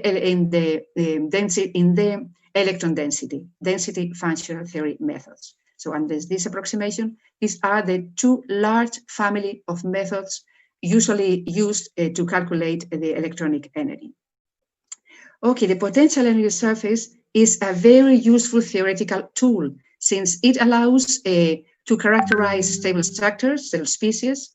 It suggests reaction mechanisms connecting intermediates and transition states, allow the calculation of energy barriers, so it's interesting in kinetic studies, and also reaction energies related to thermodynamics. And it also allows obtaining other information by using different operators with the wave function obtained in solving the radial equation. Right. All the methods in the electronic structure theory, those based in the wave function, rely on the Hartree-Fock method. Its first characteristic is that the wave function is chosen as one determinant built with orthonormal spin orbitals, with molecular orbitals centered on the atoms of the chemical system. Then it is possible to write an expression for the energy as the expectation value of the electronic Hamiltonian for the Hartree-Fock wave function in such a way that the energy becomes a summation of one electron term and two electron terms, two electron terms, right? In the Hartree-Fock method, the unknowns are the spin orbitals, the orbitals. And applying the variational theorem, it is possible to decompose the n electronic problem into n1 electron problems, with each electron influenced by the field created by the nuclei and the average repulsion produced by the other electron. It is important to outline average repulsion. Okay. Computationally, this method has to be iteratively solved, and the wave function of the system is expressed in terms of the occupied molecular orbitals. Okay. More accurate methods, such as full CI, allow the calculations of the exact energy of the system, but are mathematically as complex as to be only applicable to very small systems. The difference between the exact energy of a system and the energy given by the Hartree-Fock method is called correlation energy. It is hardly 1% of the total energy of the system, but it's very important because it is in the order of magnitude of the energy involved in the chemical reactions. So it is interesting to be able to calculate this correlation energy. A new way to calculate the correlation energy, or at least part of it, comes from the application of the perturbation procedure, which gives rise to the Moller-Plesset method. In this case, the Hamiltonian is partitioned we're going to see some equation, the Hamiltonian partition in a term corresponding to a model for the independent electrons for which the solutions are known. Here, solutions are known, and a perturbation with the difference between the exact and the approximate Hamiltonian. Then both the wave function and the energy are expanded in terms of the perturbation corrections, and some projector operators are applied. If second, all the corrections are considered, MP2 method is obtained. The expressions to calculate the energy and the wave function are relatively simple for closed shell systems, and the method is moderately expensive, although not adequate for systems with degenerate electronic states. Okay. In the coupled cluster method, the third method into the method space on the wave function, a new type of wave function is introduced. Instead of a determinant or a set of determinants, it is an exponential function whose exponent contains the cluster operators able to generate excited electronic configurations. This is a smart way to include them, but it is expensive, very expensive from a computational point of view. Usually, the method is truncated to consider only single and double excitations, giving rise to the CCSD method. If triple excitations are perturbationally included, the method is named CCSD T in brackets. Okay, let's go then to DFT methods, those that are mostly used for large systems. In DFT methods, the energy depends on the electronic density of the system, which is also a function. So it is said that energy, the energy in DFT is a functional of the electron density. It is a function that depends on another function. Actually, one of the basic theorems of DFT ensures that this functional univocally defines the energy. If the electron density is expressed in terms of some kind of molecular orbitals, the COMCHAM orbitals, the computation solution of DFT equations become analogous to that of the Hartree-Fock method. Remember, we said it was easy to solve in that case, with the advantage that more correlation energy is now included. The problem is that there is not a physical rule to know the exact form of the energy functional, and many proposals have been created in the last years. Okay. In this slide show different strategies used to generate the FT functionals. Some make energy depend not only on the functional, but also on its gradient, its Laplacian. Others add exchange energy from Hartree-Fock calculations, and others try to make the functional depend on different parameters which are fixed according to experimental data. Today, there are many different functionals, and many efforts are being done to find those closest to represent the chemical system.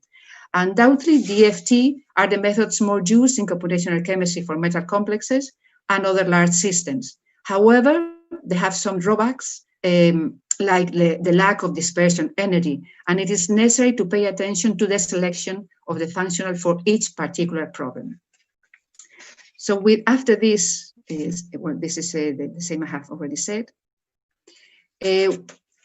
Now we can check that we understand the meaning of these acronyms according to what we have already presented.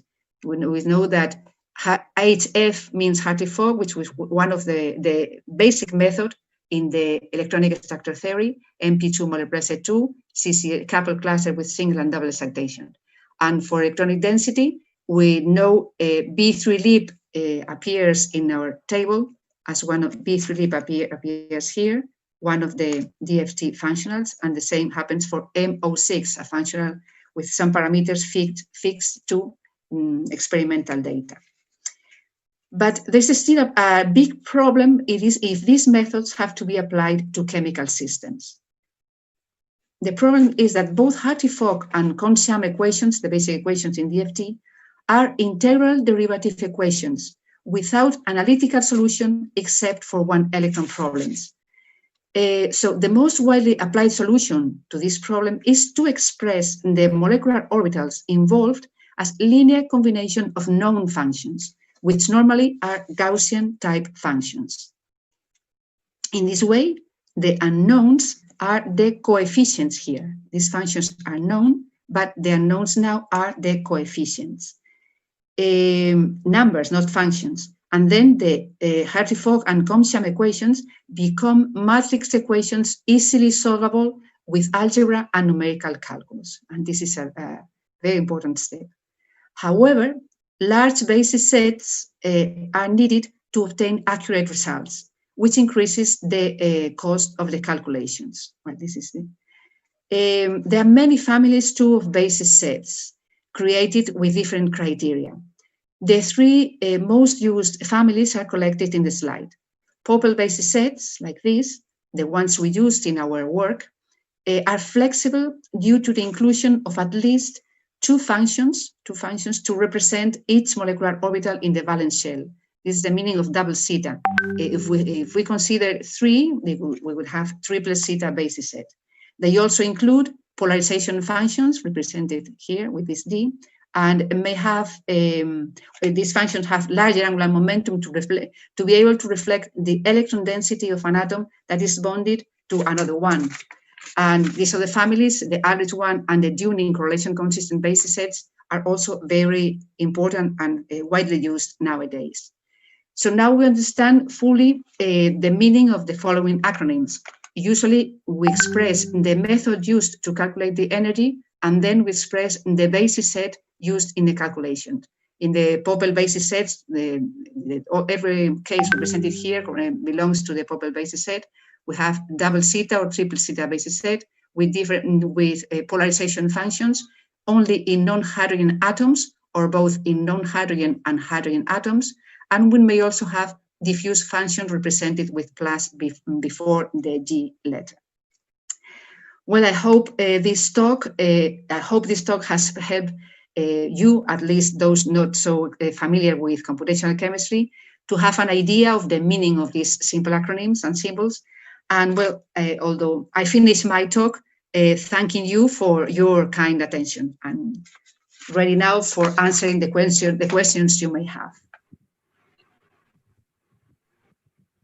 Thank you, Professor Isabel. I think I'm audible.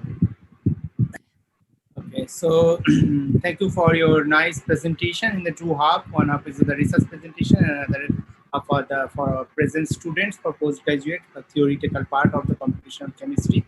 There are a few questions in the chat box. So what Preeti is asking, what is the significance of the range in PES? The meaning of P? The significance of range in PES.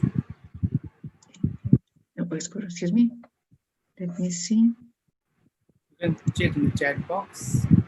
Is it in the chat box? What is the significance of range in PES? Region here. I'm sorry. Let me see if I can find the question. I don't understand the last part of your question. The meaning of PGH. PES, reach in PES. Potential energy surface. Yeah, PBS. I don't know if the question is about a kind of functional PBE. Is this PBE? No. PES. Where do you need to use MRCI and MSCCF? For the calculation of the potential in the surface? Exactly. Well, to calculate the energy, we have presented different methods. TBCs. Well, I'm not sure if I understood the question. Well, if you want to study a reaction using the concept of potential energy surface, you need to calculate the regions, which are stable points in the surface, and also intermediates are stable points, and the transition states allow you to have information about the mechanism and the barrier associated with that step. So if you want to know the mechanism in detail, you need to find all these structures. There are many, the surface, the potential energy surface is maybe very complex for different reactions. And you may have, besides reactant products and transition states, you may have bifurcation points that, well, sometimes happen, and you need to know them, where they are, how they are, to understand the process, the real process. So one of our students, she want to know that you use the iron complex for the first part of your presentation. Have you think about different metal like ruthenium or osmium? Yeah. Okay. My collaboration was part to complement the experimental work done by Professor Tamai Chattopadhyay. So they decided to consider these complexes, and my contribution was just to check a specific point in their work. So I didn't work with different complexes, just following the experimental work. So one last question.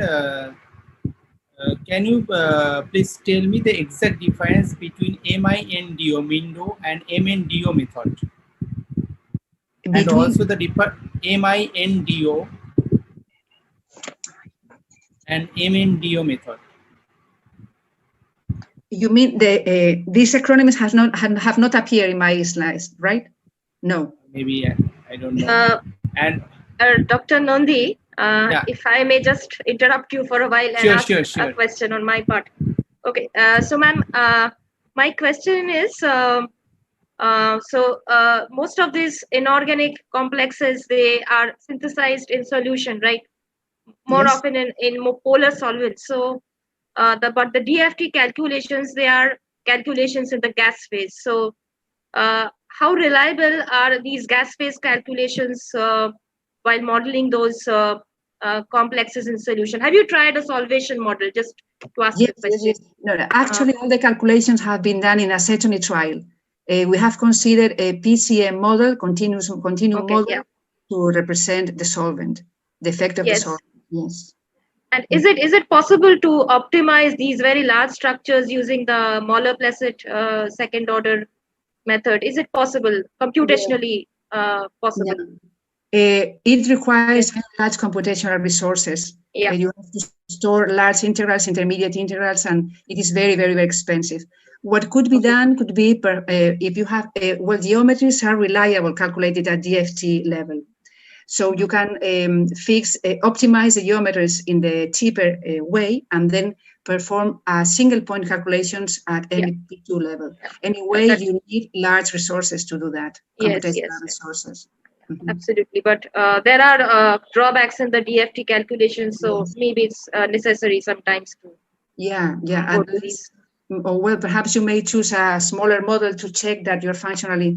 You may choose a small model, perform the calculations at high level, and then check how your functional is working, comparing the results. That's possibly another method of doing it. Thank you, Dr. Nandi. That's all I have for now. So you may just carry on with the session. Yeah, I'm sorry. It has been difficult for me to understand if you want to ask me again the questions, if you can write the letters, perhaps. Madam, can you check the chat box? Excuse me? There are a few questions. Chat box. Can you check the chat box? I don't see the check box in the box now. Questions. Let me see. I don't know why I don't see. Okay. Now I can. These participants. There are a few questions from participants. I see the participants. More. Well, I'm very sorry, but I don't see the questions in my. Okay, so I can take one. When we are calculating the binding energy or complexation energy, do you need to include the BSSE correction always? Okay. Well. In our cases, we didn't have the case of a very separated. Well, we consider separated reacts as a reference. We haven't included the basis set superposition error. We haven't done it because, in my opinion, the approximate expressions needed to calculate this error sometimes introduce even larger error. So I understand the concept of basis set superposition error, but I don't really trust in the methods we have to calculate it in a reliable way. So that's why we didn't use it. So I think we need to finish here. There are no more questions. So thank you on behalf of the organizing committee, Professor Isabel, for giving us time from your valuable schedule. And thank you for your nice presentation in the both part of the theoretical part as well as the experimental part with the Professor Tanmay Chattopadhyay that you done some theoretical part. Thank you. Thank you very much. Thank you for you. Okay.